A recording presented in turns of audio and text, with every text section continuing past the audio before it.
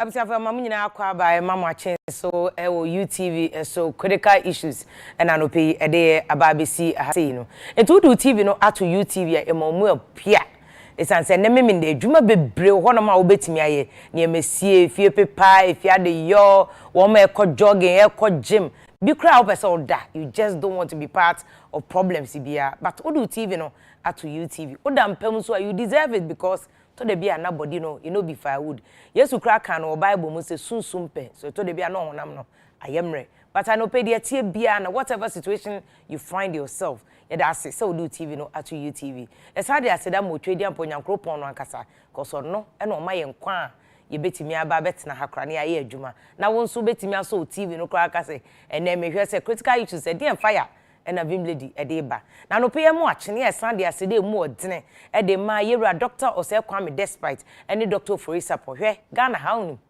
de biaya na ye ka ne leaders ni leaders hwe e ka men ko a enka Ghana leaders no e be kwa me yenya ministers fa ne emfa business people to say doctor for support ne doctor se kwame despite akosu twum no mkrofata no ne ade oti ase NS chemist no omo ma ye adwuma omo biebie companies over 1,000 workers etua workers ne ka etu omo busuafo ka etu omo snete etu omo tier 2 pension any other people who depend on them yansa fa nkofo no munya aban bia cabinet nkomo no mbema aban bia adwene na what we see on the political front is over no sa aban bia ba no wini power ne akwa kofa mrante ne ma ba bi to de bia they don't know anything about amamo obu okra omo brother Archbishop Danka Williams ka asem bi say ebema obi aba betina o mayi so obebu o man no ahwe mine resources the japade so say koko ye gold ne China for to me free China o mu na ebetu Ghana gold na Ghana ne yeni magu asesa no ye fa he ne ebepie ha China for but I don't blame the Chinese why na kire o mu kwan say amantie central gold ho say dance gold ho say akwatia bibi ho why na kire o mu say north ye to gold ho China for so o te Ghana yan Ghana for no tinye bibia na ye leaders na me ka say enhya kese pa no pay enkoma doctor o say kwame despite any doctor for isapon na anu ono akobo on record e we enuan radio station ba ko won crying utum say doctor first say doctor o for isapon wa bobra from nkete abesi soro wa bobra these are the people I say ebo mo hwe nsuo yi Ghana nsuo no na de ntie ne ye ba ha make say business people na ka betimi abo ma yi o eno amene mama ye koto ade ira shop nim girl no to no shop ne nya ne dia o te shop na no ye se pe nsuo o se nsuo na mo pe ne bi ni ho ntie ye me fo sika ma on attitude no enye na adwuma nti ebegu a enwu ubusa abrochefo bebredi nti amunye sika wa abroche a mode na mo fa mbebie companies mu ne ade o Ghana mo se hwe Ghana ubebie Ghana fo na begura ma ba magana ni Chinese ni nkoye adwuma magana ni India ni nkoye adwuma oni Lebanese Syria ni obebunu pa so no obeye adwuma fra no pa kosi anwumre wan hwe konko report no da se bia labor oye ni se enso mo ni nua Ghana ni nya adwuma obuno owia no bukata wagadre 419 nti ene na who cause am se Ghana for ye to no me se ene de China for ye gold o video bi e be ya kire no China for ye gold China for cocoa mom the machine hata cocoa no export cocoa no for many years from Fernando Po timer tete kwashi di cocoa ba Ghana aba be ye japade kese ama Ghana ene Cote d'Ivoire ama na no Ghana ni Cote d'Ivoire de ensa akwa MOU ase a ye ni Cote d'Ivoire for aka bom se ye betimi anya leverage on ne anya value ewo ye cocoa nim nti ye kambo mu a Cote d'Ivoire for ye bebre Ghana for so quality cocoa sanse Ghana kwa na cocoa no ye hata na 8 days natural sunlight ewie free onyankopon ho ene ye de ye asa da acho onyankopon so no so ma wia ne mo ye Ghana cocoa ne ye be hata ne he drink hwekan fantifemfo omoyi no ye be den so thinking outside the box ebetimi aboana na no asema ye kan ye friends transformational leadership penifo mbese san Ghana ye hyebre ne Ghana ye da achena omana konanim so if President Kufuor Professor Mills time Ghana to me 1 million metric tons of cocoa 1 million metric tons of cocoa but I won't say adenti ene free president kofo Professor Mills time yentumi nya 1 million no Ghana for kro ya na di koko no cross border no di koko divu na okoton oso pe o mani ye o sorry a wa ye video na odi mpanifo atem ena Ghana de ene mpanifo ye corrupt why na cross border ndi koko no koko divu akoton ye why na ko ho se traffic isi a ubehu drivers o mu yi afa nchen odi ko bo bia otini be bia o ton ka onu mo oni adwumaye kakra the dog chains bi ice water bedina ka akwa ma o koton na wa yi afa ho odi kokunu because traffic aso eno ye nanado ana se mahama ana ye Ibrahim mahama ana se ye fense ye mame ye fense ekufuado enigiri onna fa akwan no ho so Ghana for ansesan ye subanya o ma we enyeye ye penifo no have a role to play yes but yen so Ghana for no have a big role to play in the transformation of Ghana na se ansesen so ban ne de we ne mpanifo no omunyo no me corrupt o eno me corrupt o the oti ministries o je bribe no nanado ana mahama ana Rollins ana nana krodu the oti ministries a obema o paper kakra keke o je bribe no party chairman no onu nim so onye road contractor wakwa akwaji road so obeye na ope obi aton contract na man say de be obeji 10% nanado ana mahama the man koko rose no odi sika no koto Benz ko ware mienu ka ho no eno mahama ana nanado o sorry I was your leaders we the citizens have a role to play she the greater Accra regional minister she asante mantem regional minister Yora Simon no say mensa ba Kumase adwuma a wo mo ye duaduanuanom ne ade ye pamon kofo wo ka kwan ho tete kwahye ne ade hwanom na ye a wo ka se ene ye nto aban ye nto aban enya Ghana fo na nanado ana mahama nanado anaye mahama na yenya na baabi aya mankrofo se pedestrian semfa no ni asan ko jabo so se beton ye jene ye beton ye matches ye beton ye candle mi wa ye wia ye san pese Ghana ye Dubai ye san pese Ghana ye te sa brochiri greater Accra regional minister pamon krofo o ka kwan obia kantama dinsi se ye ntoma MPP nti ye mo mani je se ya na nsei uwie so awuduru abrochi anu atam camera na utwa o se na mo mehwe abrochi na mo hwe se ne abrochi efe enso Ghana na oteka akwan ho a woton ade ye ka che osetu a woseme nto aba ema aban no nti Rollins tribe Rollins no no atumi si gatem Rollins no atumi si ni magatem no otim ekosi sen because the attitude of the people no did not change even Rollins so yes soja ni kro yes so checking Ghana for no we did not change our attitude oman na nufanu se ne Bible kan no sekan no ye nufanu sa na onyankopon asem ne tie sa na oman bia nkoso etie bra ye praise ye leadership ne so omu suban omunya accountable omunya dream keta corruption no dum so no omunya sika omudie tax exemption ne ade omunya no there's also a responsibility on young Ghana for citizens say ya ma free SHS sika se koye school fee dia emfa emo ne enwa enkohwe mu Ghana for so wi akonya so dem uti abonsam so meti abonsam so meri makosoro meti abonsam so uti awa utiri so wa na aye bonsam no see ma contract ya ma contract se kono aduane man kora no ena wa no 2 Jimmy rice ena wa hwie anwa na ode egusu se nkora no ni no protein because so pe 10% etuako wa na utia wo awo utia wan kasa wo so the man road contract so nkoye o share dade quarry dust pe edi gu so ewie yese wakogina aso dem kodi dance hallelujah amen hallelujah praise the Lord afi onyakopo ehira mi pa wa ma me 10% wo uti abonsam so no Ghana be develop here we need to acknowledge Ghana for no picture here that with TV so drivers here wa wunim pa say e wasa wo to bo ka kwan no so wa hwie ni pa magu no akokumomo wa wunim se wa bre e wasa o pack there bi abro be ye pesem kuminya ene adufuru pe me kwa batesi ya no akohwe nkofo magu no wakumomo ene wo hu se mahama driver ka bia akokum nkofo ana wo hu se nanado driver ka bia akokum nkofo yen so unless ye jitum say yen Ghana for ne me si mi so ye emo kra ye ton ye tumi bom wo na si konko magina wo ton am obi e bo asi konko asisi ni pakro no we are all corrupt ye leaders no NDC ni MPP omo nya so abofo omo fia ye mu ye no omo nyina ne call site no presec ni ade ye nyina ye ko so if the leaders are corrupt we made them corrupt enya wa na wo MP ba o se ona bo wan chie sika ye nto aba o Ogata na waje are no.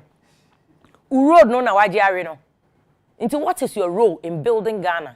And the issues are kese ene ebe kan dum so ebe attache on dum so. ye behwe aka eyi koko ho asem because Ghana onim so man ne beko ye nimu a enema bebre ho no ma na no na American ambassador to Ghana na o ka say Ghana economy 70% ejina kuadwuma so agric ejina kuadwuma so ne kua ne mu so fa kese no ani koko no koko ye sika na edukosi a wo akwaje sika be ye bui dam koko asom Ghana so many years ne China for atwo mo ho koko dia ene ye wa asem bode po nanso ye koko akuafo ye mo a wo mo wakwan bia so apart from say aban na to wo koko na ye agric extension services no ade ye nyi ko ye nim say ne ya China for export koko no e dey support ene ye de be ma ye akuafo beyond the ye no beyond the ye dey support ne ye de be ma ye koko akuafo ama ye twa koko dada no agu ne adua foforo me wofa David oti se hwe kontomra a wo do koko ekes no wofa David no ya busa na so wapeja woti akontomra wo do koko ene koko ni nyina hye ama me wofa ni hwe ebe de ne aboa koko farmers aban te wo hwe ama koko akuafo bebe wo hwe a emfa so bi enhye dem feed koko do mumma ye ntwa nwumwa no enma foforo ma na anu koko board opuni time ena omo yes omo twitwa ama koko akuafo new seedlings koko ni bi wo no madua na du ba bia no aye oluman na ya anye sa ane ma we nyina na ye de politics ena opuni ba ena ye sei ena edu ba ena ye sei ena Isaac se ba ye sei koko no kra ya politicize no ena na China fo age no hwe China fo video ni o sei na China fo ha to koko ye nsu besi nne how many years akuteto kwachi di koko ba how many years ye hata ye koko no wo ayiso apaso ewa kurase said de 19 kodo ho ye no ye wi ase serious ye wi ase serious o ma we ase serious no koko no say ene ye hata no so ho mechanized system a China for de ene me doctor kase bi o free China aba wo studio obeche mu how even koko no kwa ye bono wa afuom koko no ye te kwa ye san te na afuom ne ya bono kotokuro kantie say from 19 kodo ho say ne ye boy koko no wom ne machine bi ba ha nke betimi a slice koko no abo na adokodoko de no kora wo koko no mu no ye yi ya san de ye si chire ti se commander sugar factory Ghana fo amfi omo ena fa ha ko yese ko san we fa ha ba ye kakra we project de ba obenya bi enti ma yese corruption civil servant ena make say enye politicians nko yen kan ye ne anso de sika dia ye die at our level ye sisie ne at our level ye wi ya pese Ghana ye heaven Ghana ye Dubai Ghana ye New York Ghana ye Milan Ghana ye Paris ya ansisi ye suba Ghana nko hute yen say your manfo no kwa wo good attitude ne wo pepase ye besom Ghana say de ye kwa asore say de ye kwa mosque na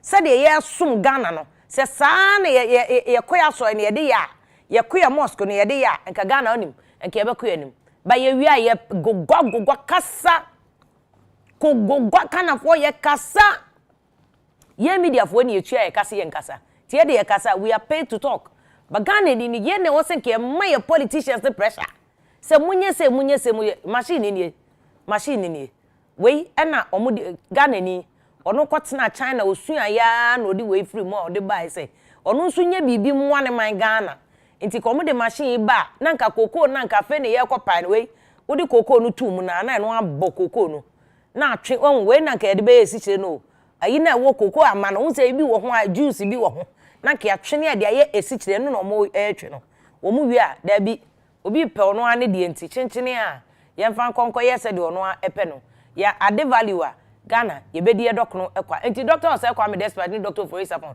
yakopon hyiram biem ye bom dim prensa e sori akonwa so ebu emu ase because masom Ghana mai enuma am create jobs am create boys and girls am afo omadwuma mu enyem wo a nka omu nyina nka omu hyiwi enyem mo pa nka sa boys ni nyina nka omu hyiwi nka mai wan hwe fa nka omu nyina Togo embassy omadam anti and these are the business people like here to build Ghana said about Ghana ebeko nanim ya fra me vim lady Afia Pokua no pay we a simple fire ai bebo ama Ghana fo ebe sese esuban na anya bibia politics any vote yen sese esuban na ye ma ma no enko danim ye ne Dr. Mensa e wo KNUS ya Greek department be twetwe nkoma hwe se kwa ben so na China fo abe ye betimi abo galamse asem ne behwe ye on say video bi e show ye from Amansia Central no me ade ne ukwa Amansia Central na dance a ye to banche mienu 5 cities ye chance ase na edu akoko ni nyina e de ye galamse ama China fo na edi mu akotene ba Ghana fo ya ene de China fo no bae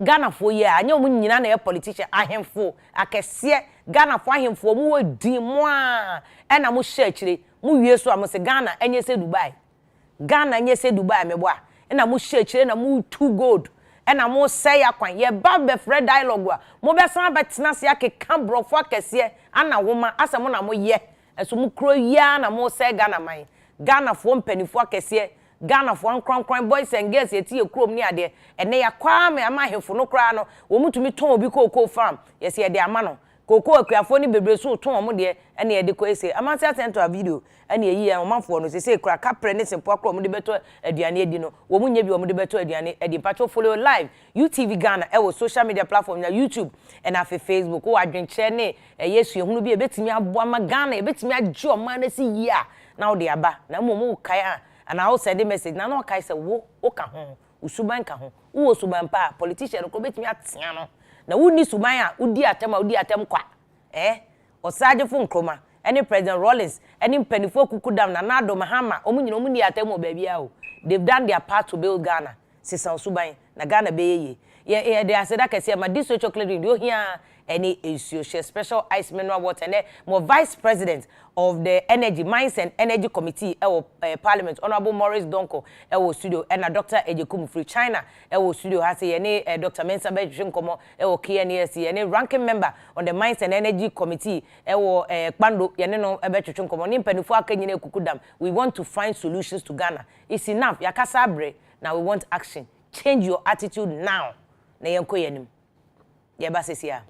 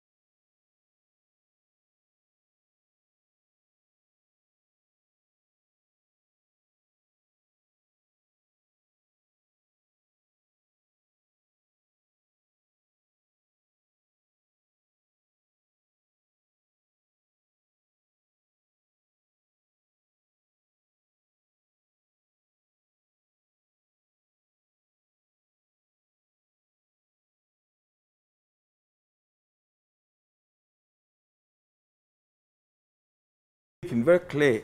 And Magana Funinara. What I say? It's totally different. 2014, 15, 16, Dumson. No, a generation problem. Yaka. So still, if you still go for fantastic because what won't pay the Uncle so number radio station in a catch your day. And that America say, if you don't go up mountains, still go up won't pay. There, a man won't go do so. But Yankopon so Yankopon on the garden. Nadi Dumson, like a woman that Abenton Oboko. Actually, they will waste all the requests of both Mayan. You walk actually, the young one countries in the bee. And that's watch here. Abba.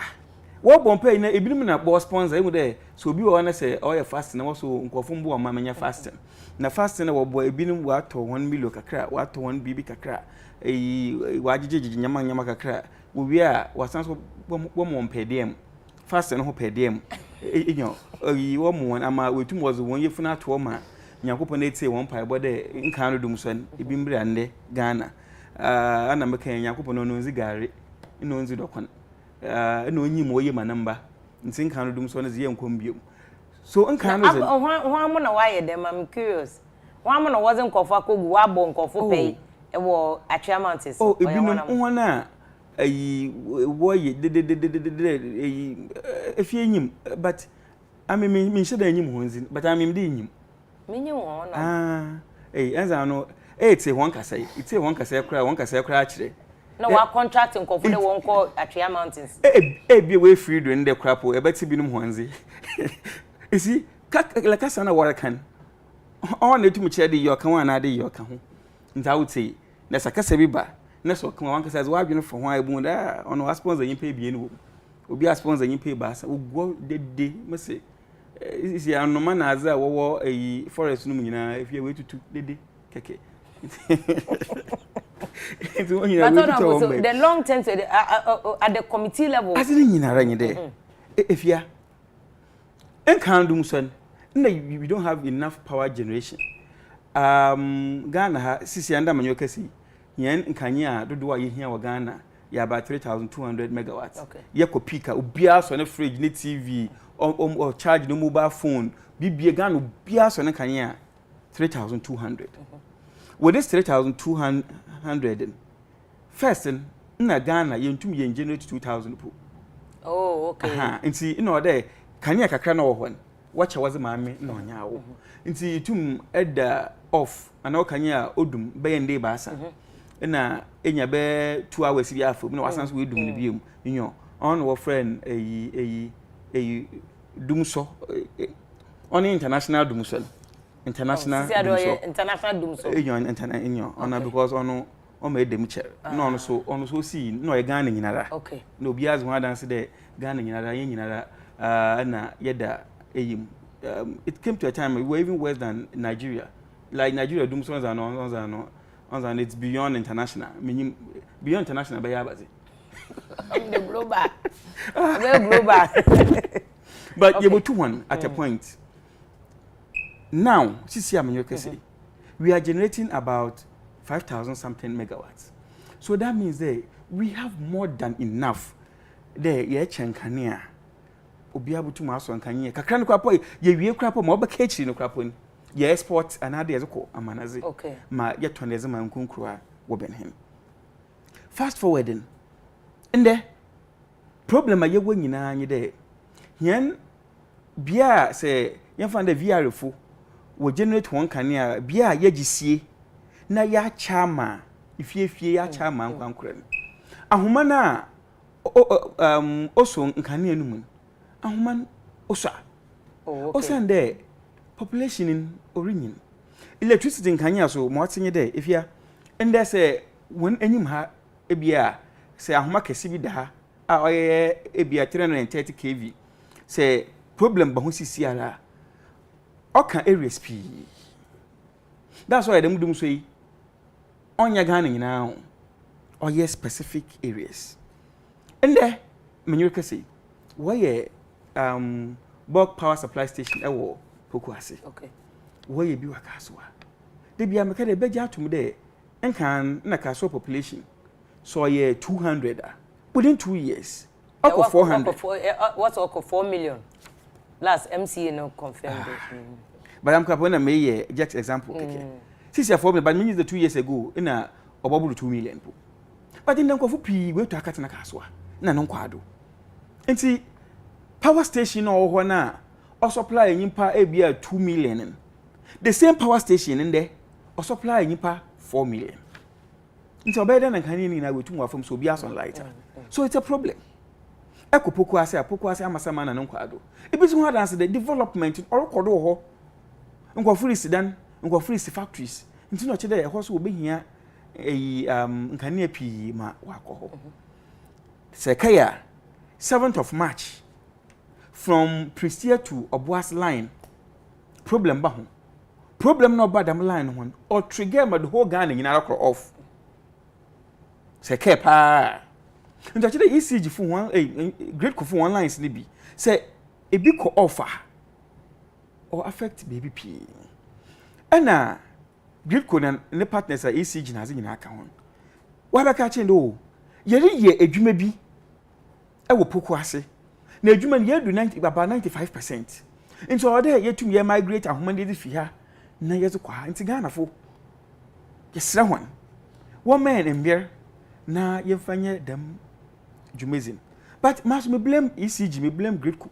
O sande, what shall I say the worry the major man? One can't you be a no what shall I say the can say keep okay, yeah. One can't you be a and the problem someone young funny binom from one. Okay. Because when communicate and share consumers, when communicate and share one when you want you one. And see one what can you call offer?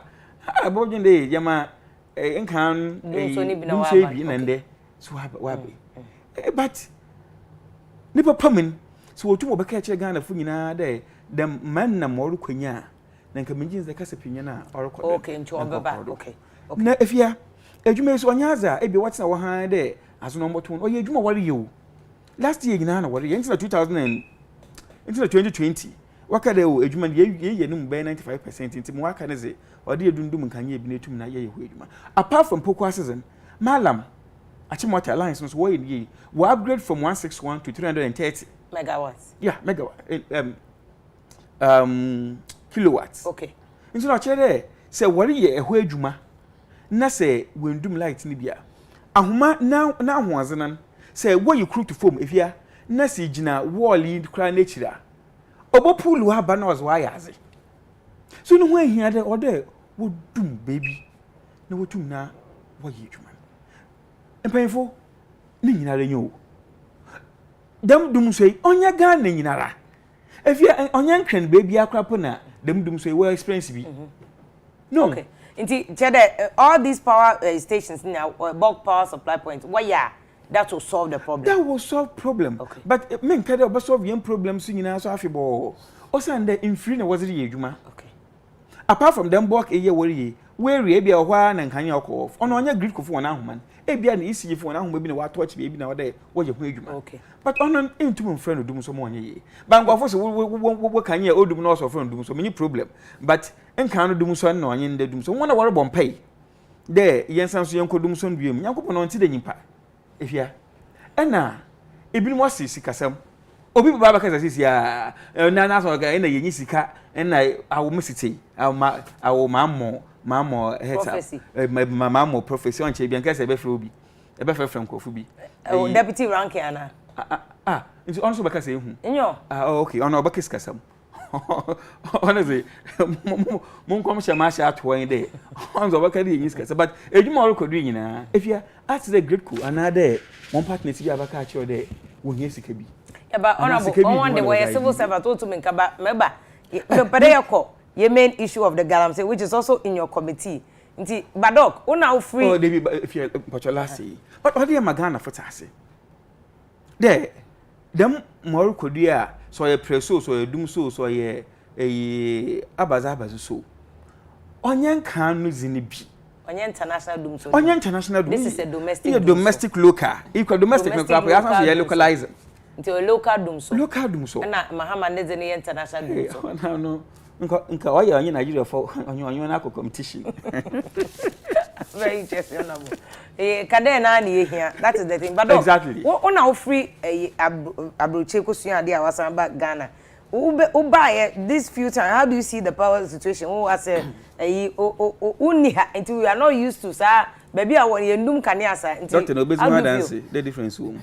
But that's if you I mean, chair or here for any chief. What does it? Na I'm say doom son. Me ho nya mete ho asem. Na me fi say abanse san e ba e die. Nanka Ghana for omo hu dum so bio. Ana ona bo kasa no oka bibi say dum so nte say kan ne die no so yentimi compare. But mpemfo bu bebi say obaton so no wu. Ana so bi di tubo wa ni nyina ye de. Ewu na. Me ba ya. And then I do the half like Nami Pesme research kakra finalite ko. And so me call him could almost 11 years or China man who's had that 11 years. Say Ubon say wow kania edum ane bia wa na wuniska. Wu individual una wuniska. Eti me ba ya e koso sa no. Almost a man sound friend doing son. I haven't went to different friend.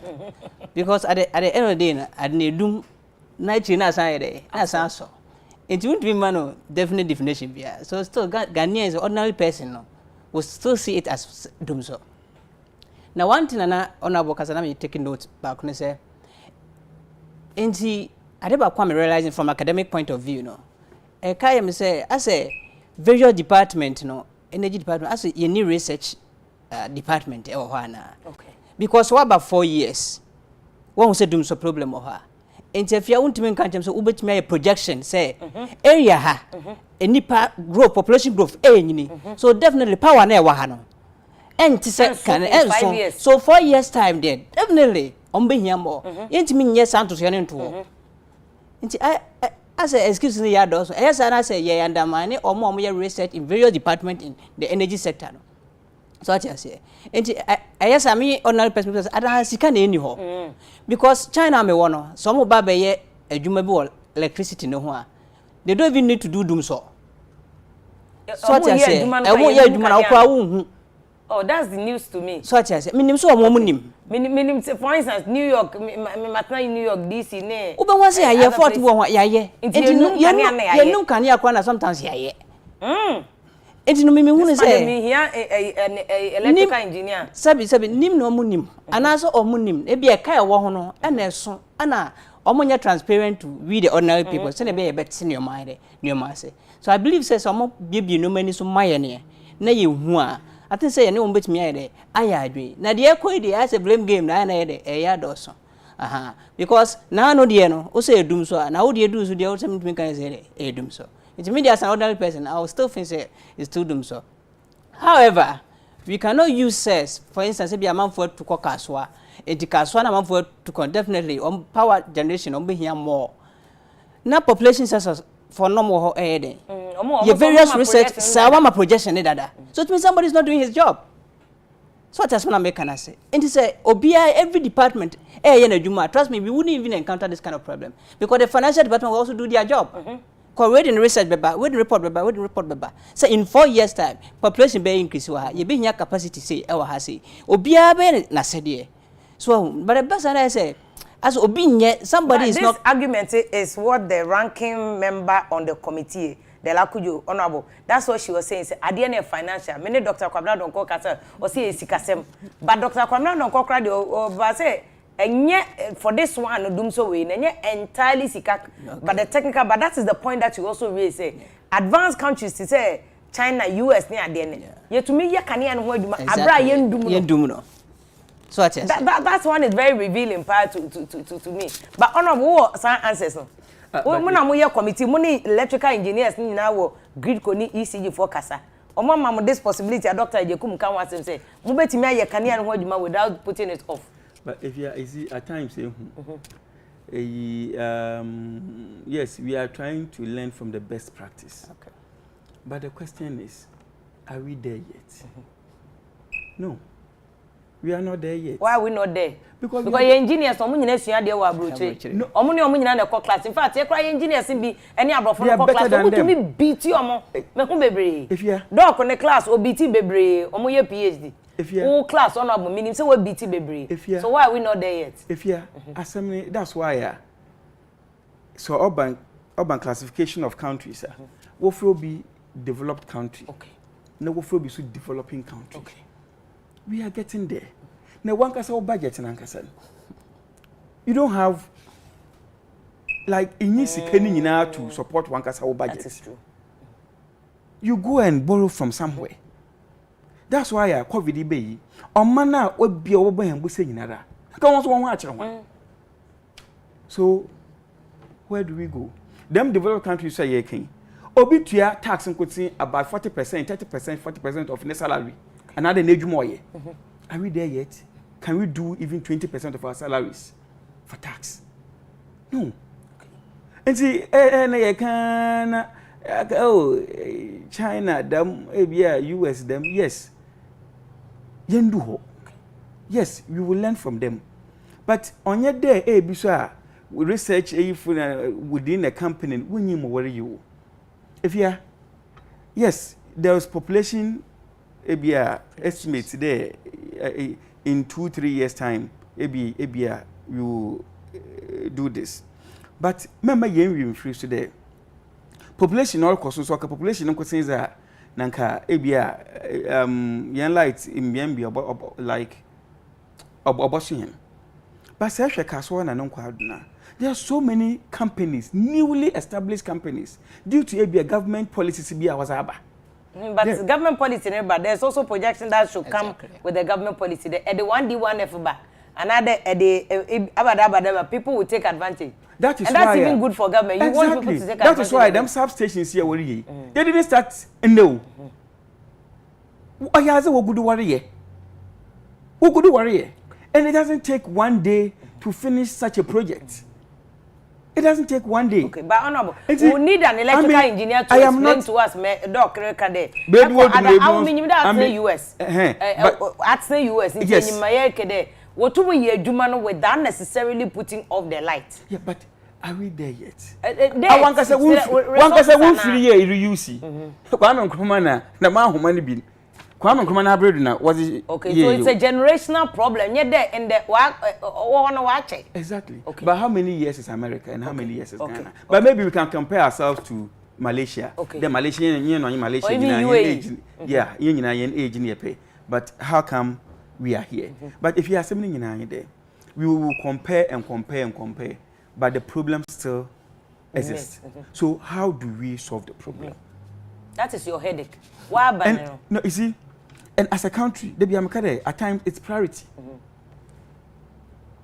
Communities, abandon over 200 Ghana cities. Community we here in Su. Community we here Ekwan. Community we here health facility. Nkanya humesu oguha ono so de ye ho adwuma.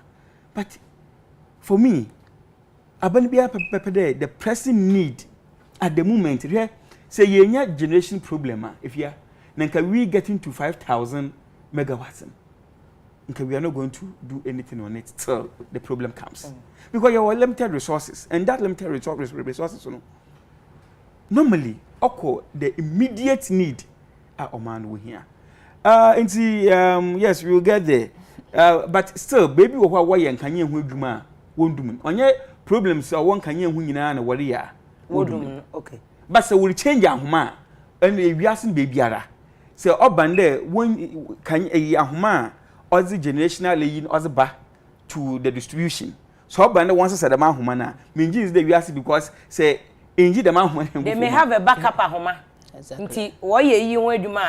In advanced countries, I'm sure they have a backup. Okay, they like just switch to this one. See the US and China, they will switch to this one, work on this one, and then switch back. It's possible. It's possible.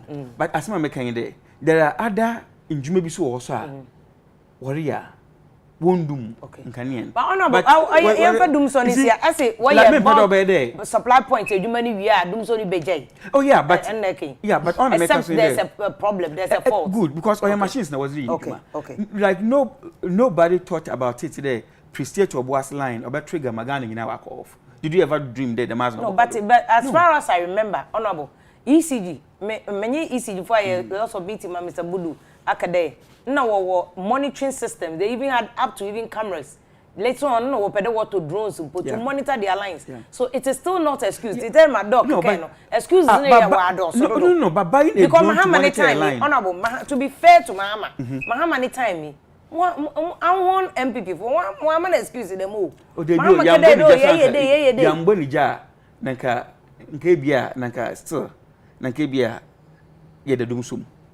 That's why, no, I mean, just why. Any problem. Okay. Because getting people on their toes to work, and I don't have any problem. But no quarrel one, if you order, you can. Okay. So no quarrel be or Sabano Nima. There's nothing wrong there. A NDC. For Wabakade, the quarrel summon only. And what a problem now? They should give us the alternative solution. Yeah, in Abu de Fia Sakaya. Yeah, you can problem be we give alternative solution.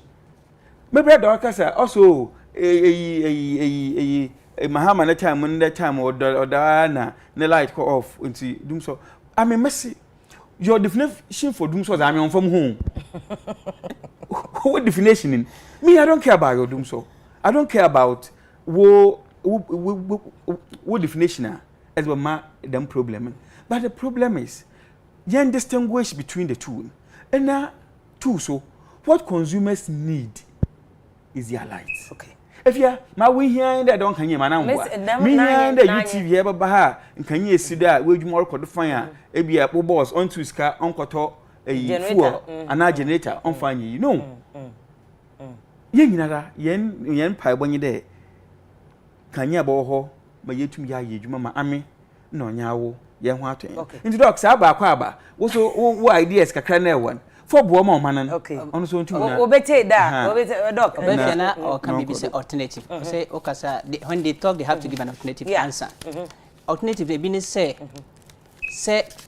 arian cables no e available yes wenya bi cables e dey adwuma ubenya bi sika no ye dey to enti no you don't have excuse say okacha me say ye nru ho okay niska na ezo enti sika no bu ha ona mo dey manila okay Kwame Nkrumah breast e na wo buy Obi say independent within the shortest possible time. Obi say self-government now.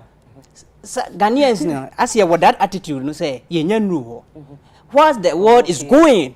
Omu dwani jaye. Enjenu say bedu ho, na de dwani akechi. But also not be realistic say. No krani nyame enum ne say Ghana ye developing country. Abrofu ya wo kan ne omu Europe ni America. Yeah, titi gold from where we are that then normally build the fundamentals. Afia. Is it not China any developed country. China is still a developing country. China a developing country. China a developing country. How? China is still developing. China is almost status Ghana status as developing when in a pet. It's not true. China is not developed country. Go and check GDP of China. No. Make GDP. Make developing countries in terms of developing countries. In terms of the criteria now they say your groupie countries no and developed and less developed countries.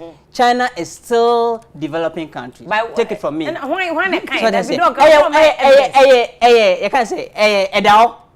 Our document be research everything shows that China is still developing country and they themselves know that they are still developing country. Maybe on what Google sees here. Opa check Google sees here say China still a developing country.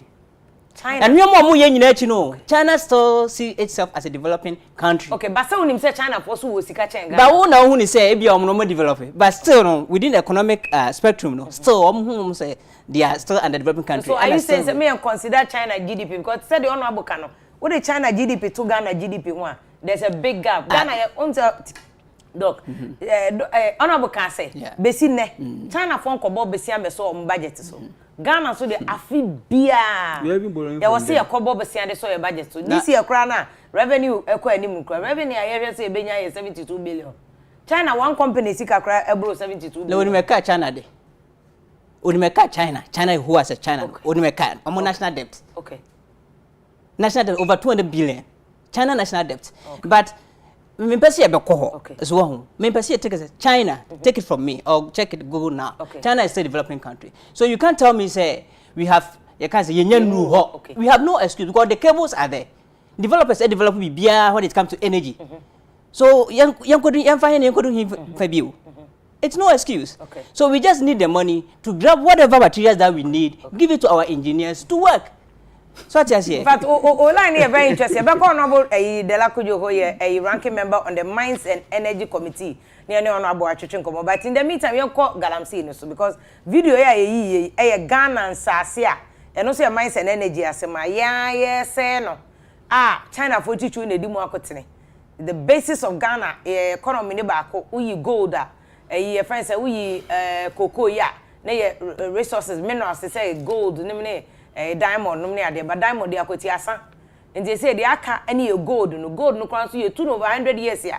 Yan shadam fine ye be papa bia because o kobwase amanse kopristia takwa bogoso ene kwa bibremu a few achim areas omutu gold ho na utumi say wohwe mpuntuo a ewo honom now to compare baby to say Cape Town kakraka ene dantem tie ba ne sen ene ne ya say asase we video edi free amanse central your reporter no ekwa amanse central for kra complain say we say Galamsey omo ye no kronim finfin amanse amanse central ene adanse the entire stretch ene yaje krona boso a omu to gold we ya den kwanta German kwanta ho ne ye to gold no che say sad yeah when na make say Ghana for yan ka ho komo ofo nyina obi ate wo ne ye hwe wo mo so omuntu because I was saying by na nka krono kra mache kensaru wa mu de ni bi na mache konkofo say we will not allow you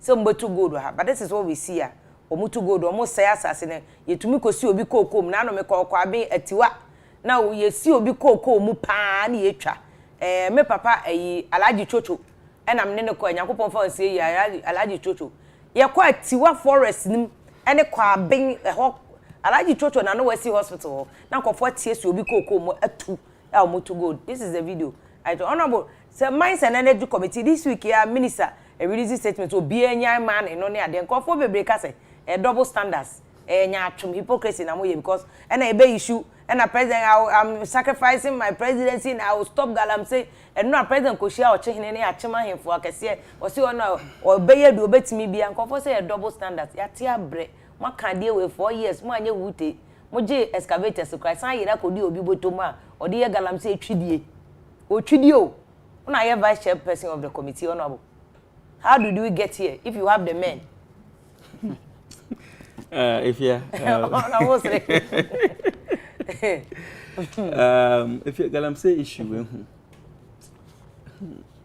or a BBU it's like cartel. Okay.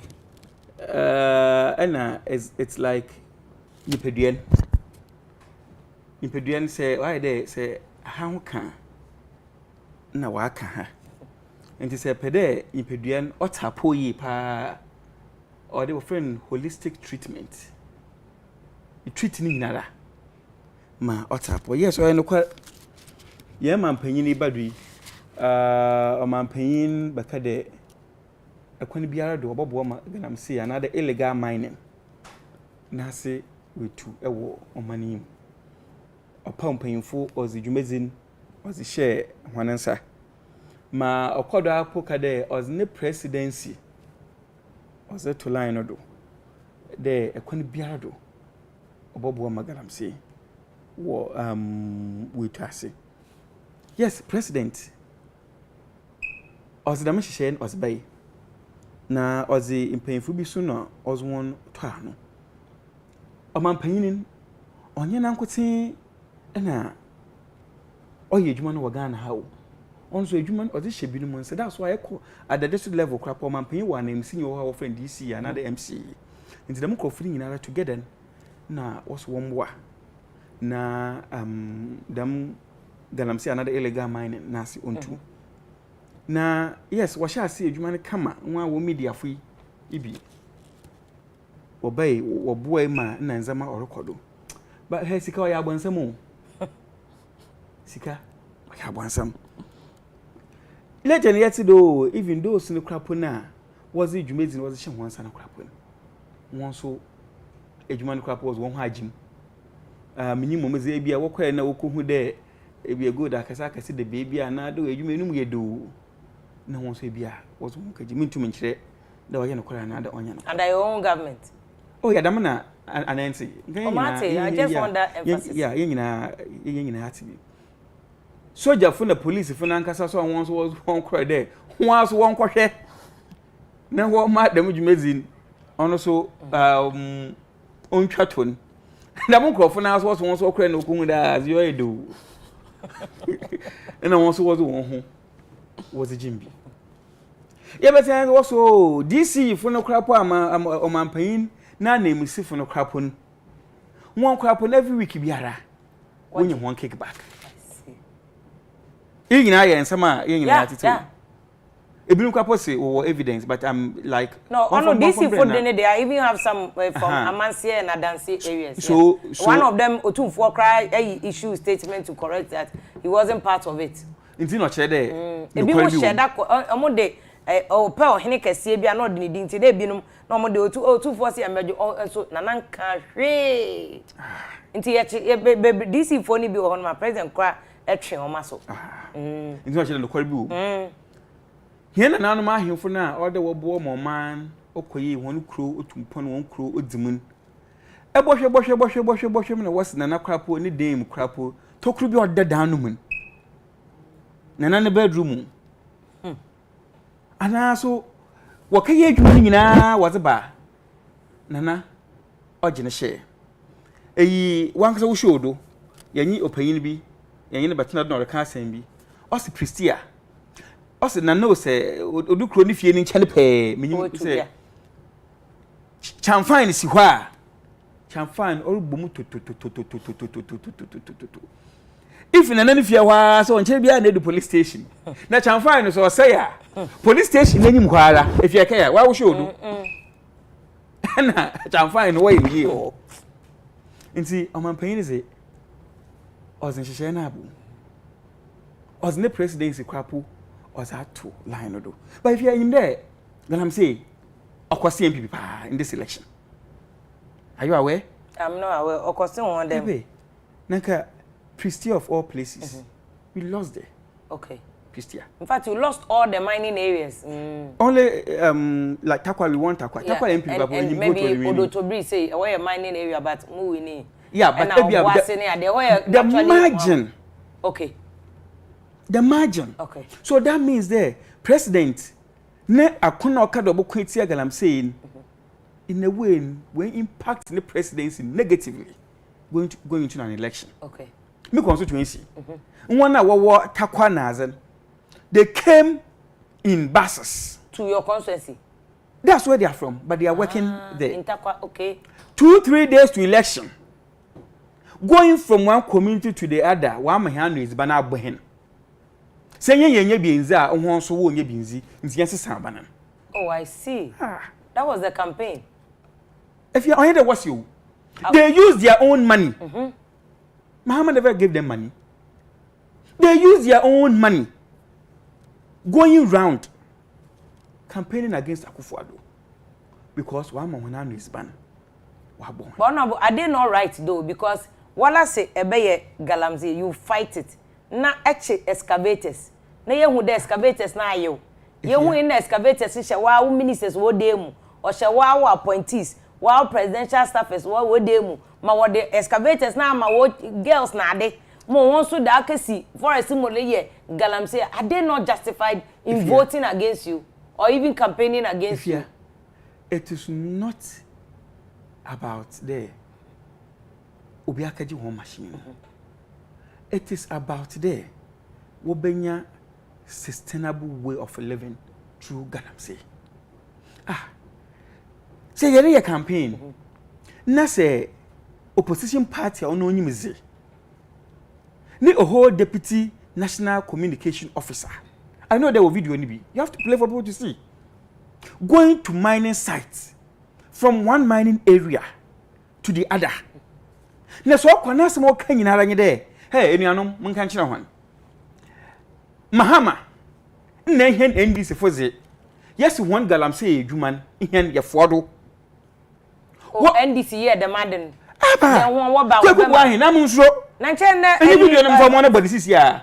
I see. Mun fa mo na ba. Mi ne wo bi wombo, mo obi anhwe Ghana ha. He campaigned the Mahama so ba galamsey no. Move from no, but in the NDC People's Manifesto, I remember the work actually there what be a regularization of galamsey to small scale mining. That's working. They be a grounds worker. SEAE. Okay. Yes, a grounds work. Okay. Also, so what we be we are? Not 2 days. Obiara nsa number number ye nedwuma. Ofinenum.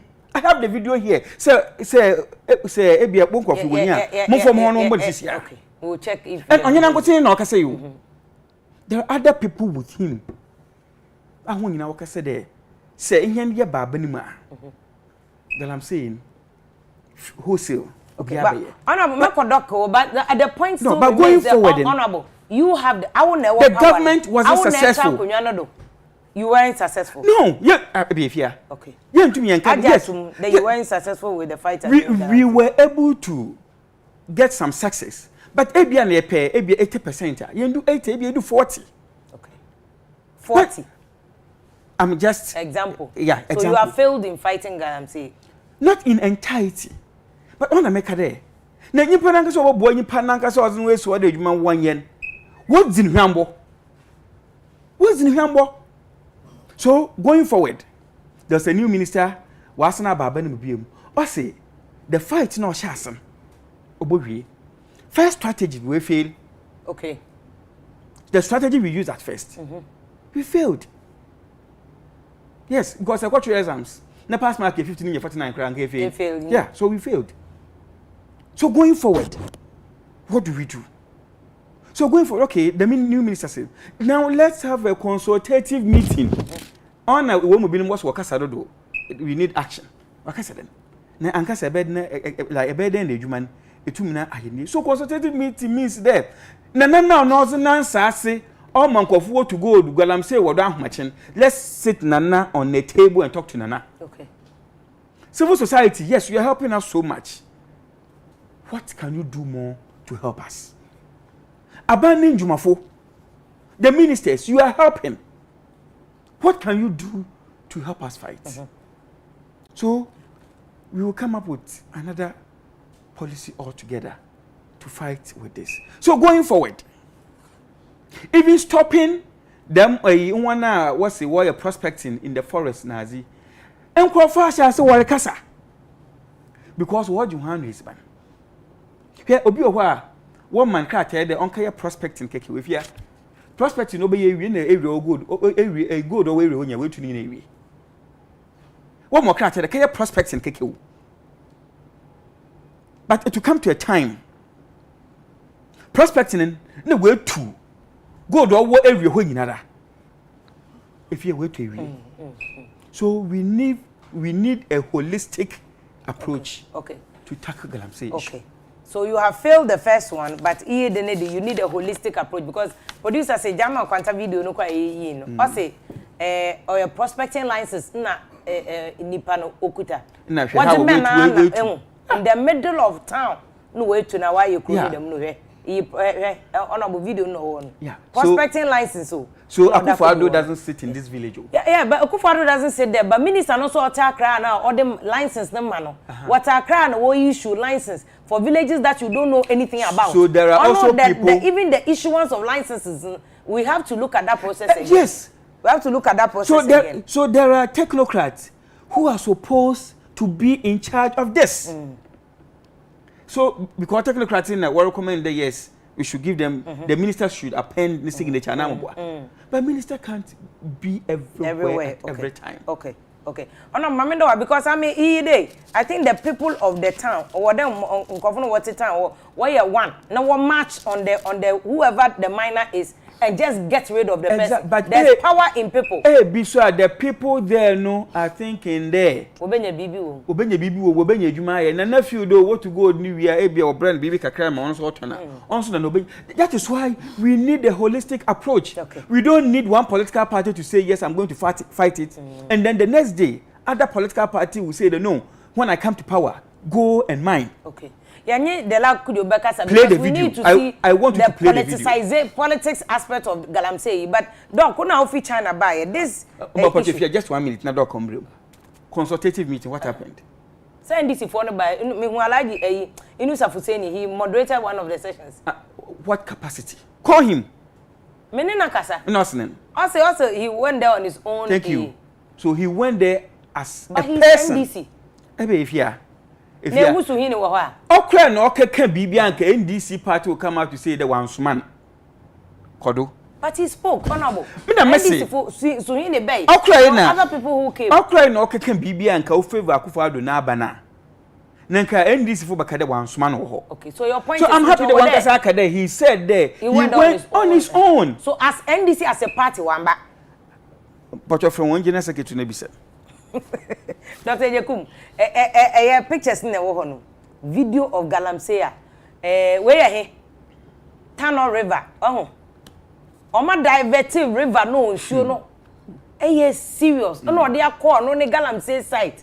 Ni one thing I make us say it is not just about Akufo-Addo na Mahama. Say ye be ye nkofo ye Ghana fo no a. We kakra o pede akoma ne girlfriend bi.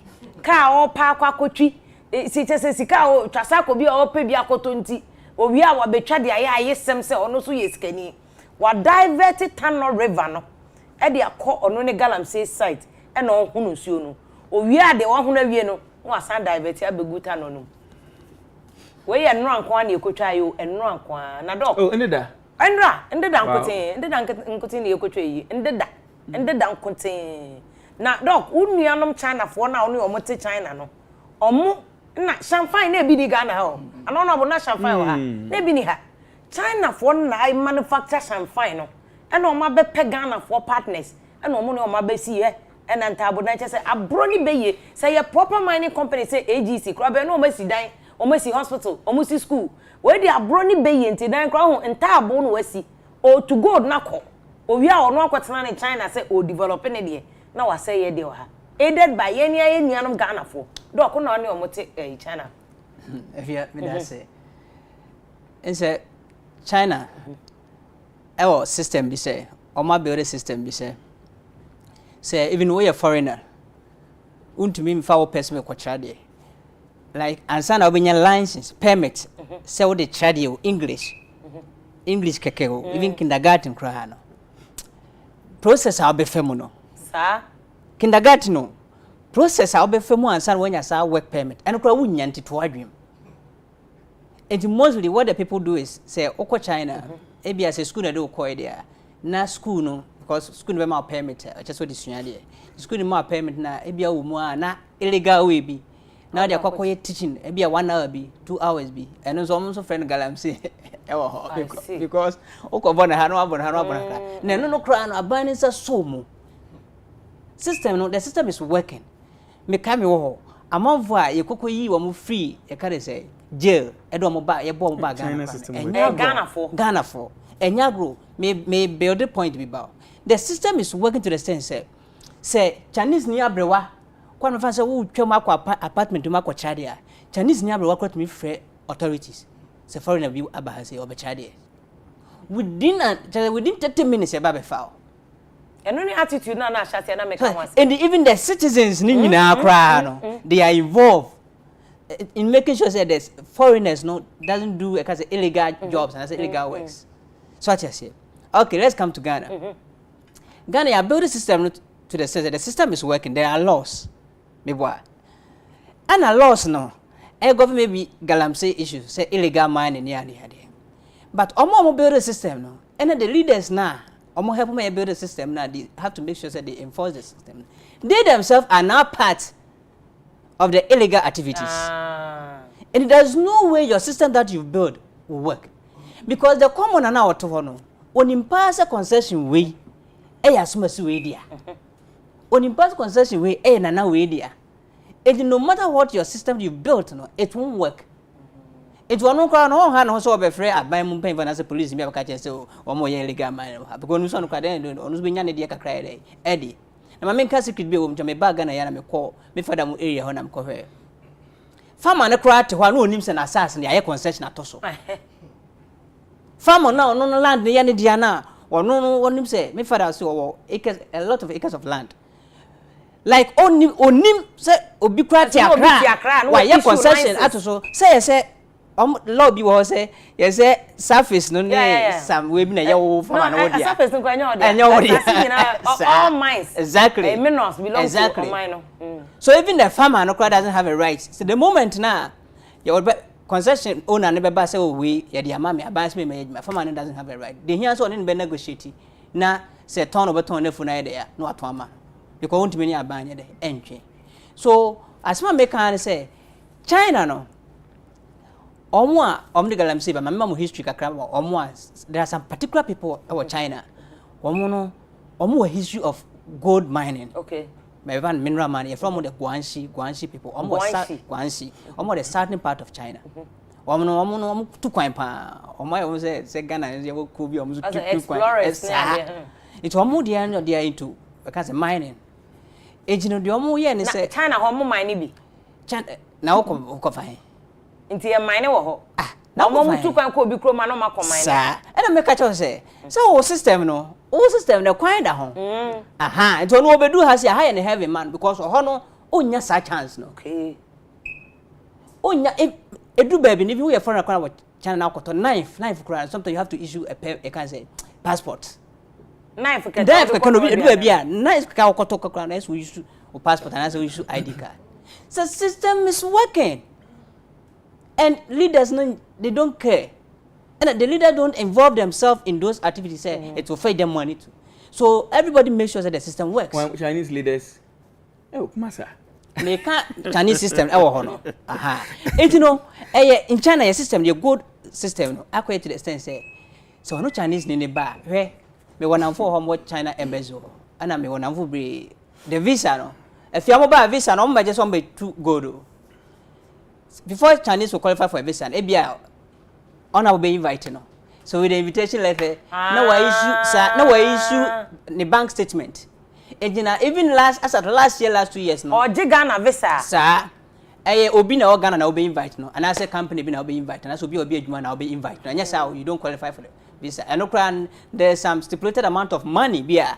When else you provide it in your bank statement, on the Chinese in bank statement, and sana Yaman Hokwan, Amanaba.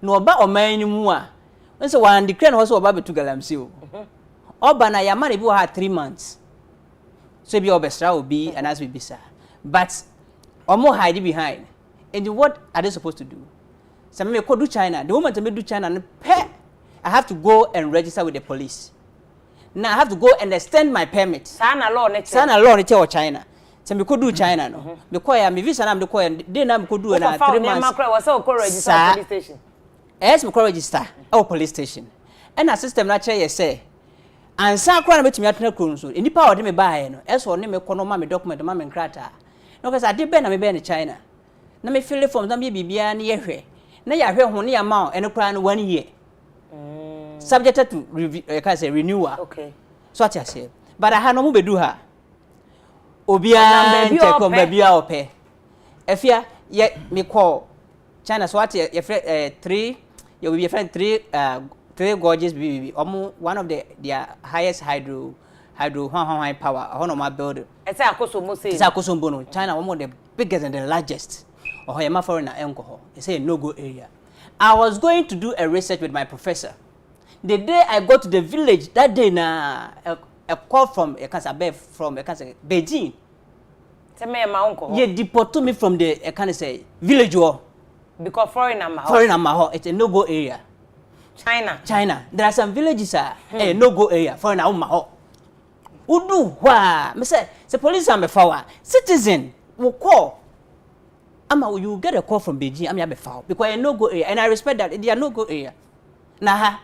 Omo bedu ha omo timi kwa ko interior why na do omo ko ye na me kan Ghana for ya so your system is not working so to say you wa be mo for only concessions omo concession kwa nyo no na besan tu obesan I subject to I'm a different person and otu no wagene kakrawa and that system is not working when it comes to galamsey here in Ghana so to say and the Chinese are taking advantage of us. Okay. And one thing said the Chinese government don't support it. Chinese government doesn't support illegal mining. I don't know stopping for no more yes illegal mining. The say I don't wanna say maybe our is it our leader or some of our leaders are not able to negotiate well? Negotiate well with who? China for? Yes, with China for. Saying they are not bold and they are not brave enough.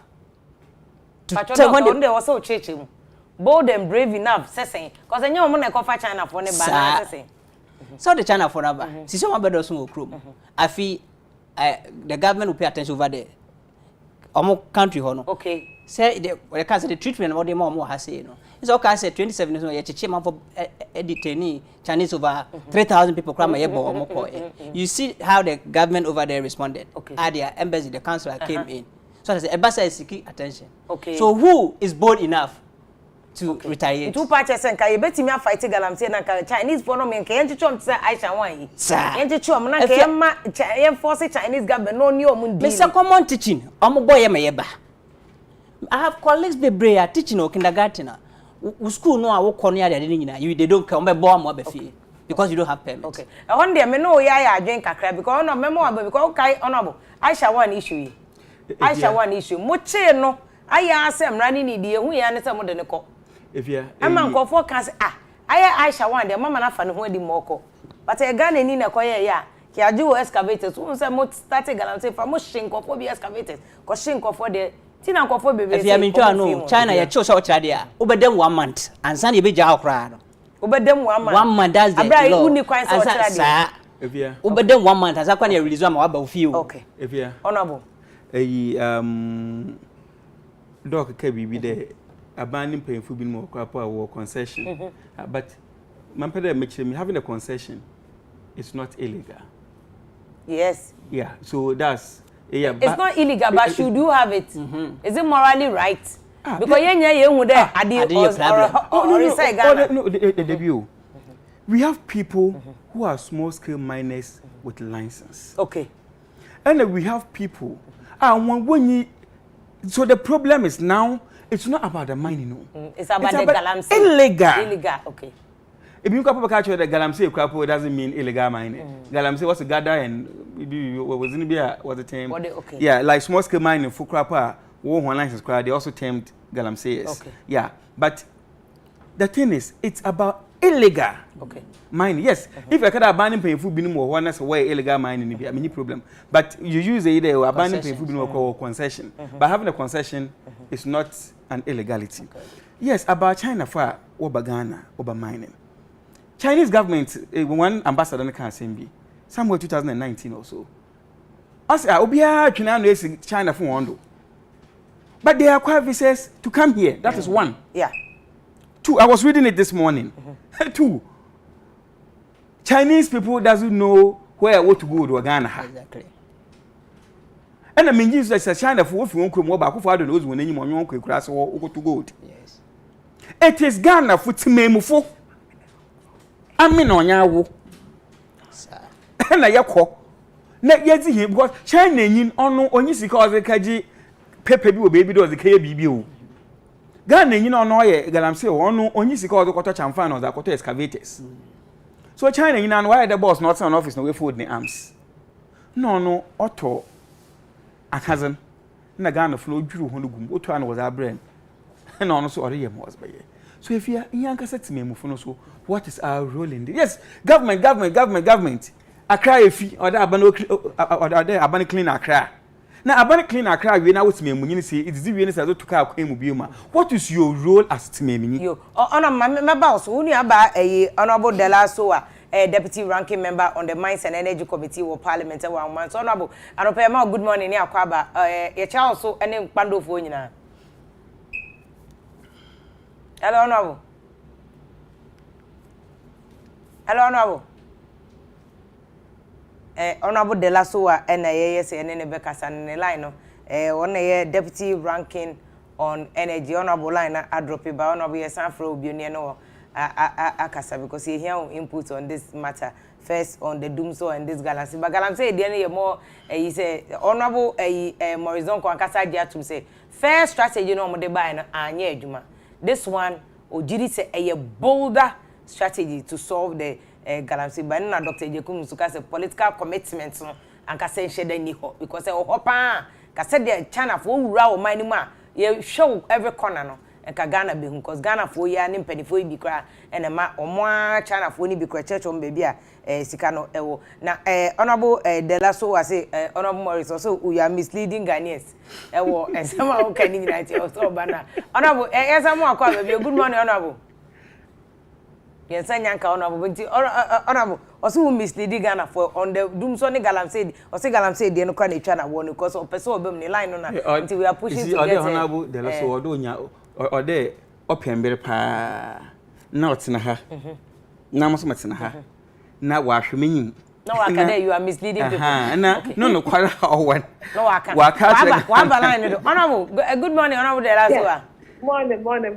honorable kwando for ho ye Sando for who you pa. Yeah, then you say you say ya network na twetwe sinti na ye struggle say ye sabe kan no. Ba una wo na wo say wo nua be ma deputy vice chairperson of the mines and energy committee o mislead Ghana for pacho cheche mo mislead Ghana for saying. Okay, say there was a deputy communication officer of NDC. Or call round from mining site to mining site, saying that when we come back, we will reintroduce Galamsey. Is that correct? Oh, no, Kasa. I'll see he has a video to support that. If you are correct, Anna. If you are mumbo. Video no hamba. I want to say that you are talking about a deputy communication officer. I want to talk about a presidential candidate. Okay. A then presidential candidate, 2016. Oko Obuasi in his rally, no. Okase, Mahama has sent soldiers to drive out all persons involved in Galamsey. Which one is more serious? Okay. Enti honorable Oji to say Kwaku Boahen kan asem no, but you are also saying say 2016 Nanado can even worse. Okay, even worse as a presidential candidate, and that is why the people involved in Galamsey feel disappointed. They feel betrayed because that rhetoric no move up. Say Nanado ba obey president, their business will go on. If you say that Mahama has sent soldiers on bed drive out people engaged in Galamsey, you tell the people that, and they are excited. And they vote for you en masse, and you fail to let them continue, or you are now coming up to say that your presidency is on the line because of Galamsey. How will the people think? How will they feel? That is even more serious.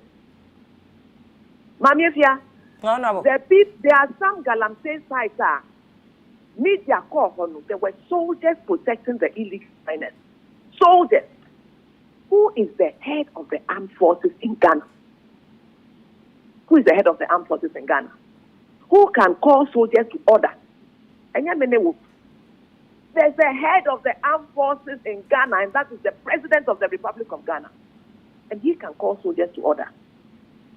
This whole fight against Galamsey, all the rhetoric my vice chairman is saying won't get us anywhere. It's just political will of one person, and that is the President of the Republic of Ghana. And that political will is to get his investigative machinery in place. No, go all the places. Investigate. And you say you want hardcore evidence to say that DC wake home, Nana wake home, and now Minister wake home, and now party chairman wake home. All the investigative authorities are under your watch. You can call BNI, National Security, name it. Go and investigate all the Galamsey sites and bring the report. And then you let the law work, no matter who. Yeah, but honorable, how would the law work? Say the honorable king. Say between NDC and MPP, some of the year politics say, oh, Nanado can wait. So Bema Galamsey for about 2016 and Mahama na Pamomo. Na Kwaku Boahen so kwa say, oh, some to Abama NDC Bema Munina Makwa kwa emo adwuma. E better na law na ye adwuma honorable near to me protect omino. Law no be adwuma. Said the helm of affairs in this country puts his foot down. And Ameka said he has all the investigative authorities under him. He can call the investigative authorities to go and do the work. He doesn't need any collaboration with any political party. He alone, as head of state and head of the armed forces of Ghana, can get the work done. He can call all the investigative National Bureau of whatever. He can call all of them. Go and investigate Galamsey here, who are involved. If he has the political will to stand and say, hey, when they bring me this report, no matter who is involved, the country is suffering. Now our cocoa is suffering. Everything is suffering. So we'll put our foot down. If you're a chief, you'll be arrested. If you're my party chairman, you'll be arrested. If you're my minister, you'll be arrested. If that is done. And you don't know about you say, and I know, and she I'm friend people from because we want era Inusa Fuseni, former minister, no, honey, unnecessary. It has to take only the president say obe dealing with Galamsey. Sana Opache. May Pache say, what we need is political will. Okay. The government in power can use his political will to stop Galamsey. If forget about rhetoric, forum, so many of them. This is not the first. My colleague admitted that the first fight failed. Let me put it that way. So there's a new fight. I'm telling you, without firm political will, no, the new fight also won't work. Okay. Because if the president, I don't know who said there's no political will in this one. The president made a statement at that conference, said he wants hardcore evidence, not rumors, say, way. Oh, okay. Now, that hardcore evidence is within his office, which means he doesn't need anybody to come and give him a rumor. If he means to fight this fight, all he needs is call the security agencies. Okay. And let them, the police services there. They are in every village, every community. Call them to do the investigation. Now, if you do the investigation, even you take one culprit and make headlines with it, this one is arrested, and this one is going to court, I think the others will be scared. Okay. So the president Nakasana or the Nanuka can fight Galamsey, no, should need that political will and the commitment. That's all your arguments are on echo. That's my view. Okay. Because the reason I say that is, it's nice to give the rhetoric. My presidency will be on the line. It's nice, but you have the instruments to fight it. Why don't you use the instruments? Okay. Why do you have to wait for somebody to come and give you a rumor about somebody to act? No, the instruments are there with you. Use it.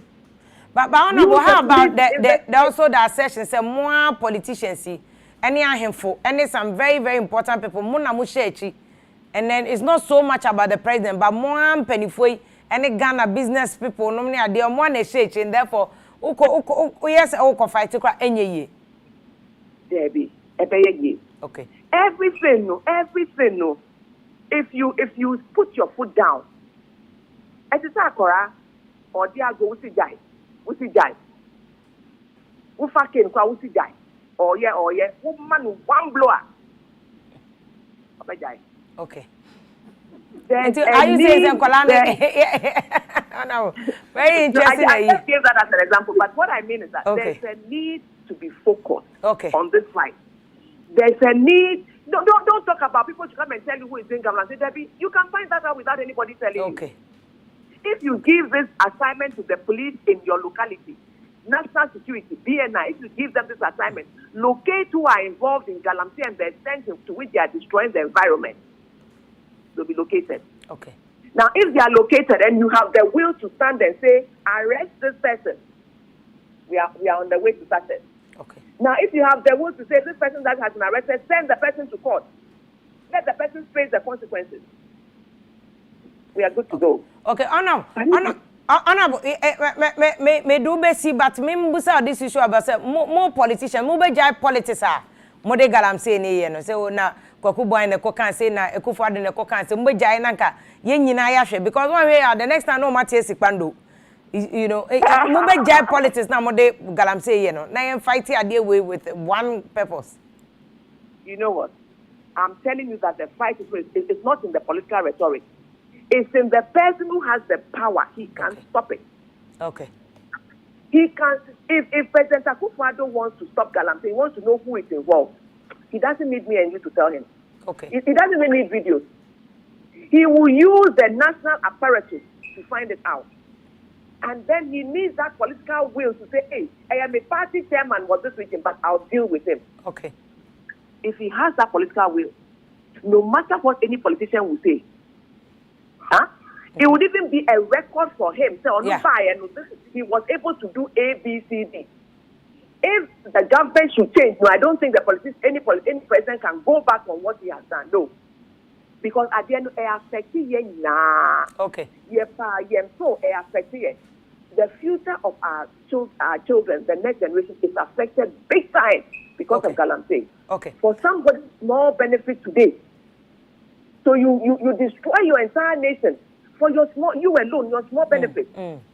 We can fight it. All we need is political will to put our foot down and say, hey, national security, investigate this community. The people who are involved, arrest them. Let the media cover the arrest. Okay. Stop one time. Okay. Yo, honorable, just before I be just vice chairman of the Mines and Energy Committee say, we Pokua say a substation, a bulk supply point, and the castle they doom so in a best. In fact, I say, moment time no doom so buy a international one, way a local version. Now, I say Mukra, much young Crawford cat. I'm on mountains, a bonfire, searching a doom so shall come back. But it won't come back because this is just a local version of the Doomso. Now, the outcome is very funny. Doomso bad, does it affect NDC only or it affects all of us? Why will NDC pay people to pay for Doomso to be there? This is political business. It is not true at all. Okay. When they finish working. Okay. It is not a substation issue. Oh, okay. Substation, FPD Pando. Pando once a day would like to make off 3 times. 3 times. Oh. One day. Sometimes more. Substation, I will focus on a best of the problem. I will Pando and okay. Okay. It's one purchase and one of the sponsors are. My sponsor and Pokua at Chairman is to pray for Doomson on Kahon. It's a lie. Okay. It's a complete fabrication. We should stop playing politics with serious things. Okay. Why would somebody go and stand on the mountain to pray that Doomson should continue when the Doomson will affect the person also? Are we foolish? No. My honorable vice said, no, let's go beyond about those things. These are all rumors to get people excited. It is not true. Okay. NDC wants life because it affects all of us. Okay. Nobody is praying for Doomsday. We don't want it. That's why we kept warning them that the way you are going, Doomsday will come back. Okay. He shouldn't be quick in talking because you have to eat his words back. He shouldn't be quick in talking. Okay. The issues are bigger than Pokua's substation. No. Okay. He shouldn't be quick in talking. Okay, to already draw, sir, at your mountain as no. On withdraw. It's very, very childish. On withdraw. NDC is above that. Okay. NDC is above that. We are mature politicians. Yes, starting politics are checked. Okay. I say that. But I know we was no. Yeah, high opinion on mountains, on bonfire. What kind of thing is that? How can you even sing this? Obipra the car wait there what? Who is the person? Ghana ye perumos kwa dodo. Huh? Ye perumos dodo. So we say my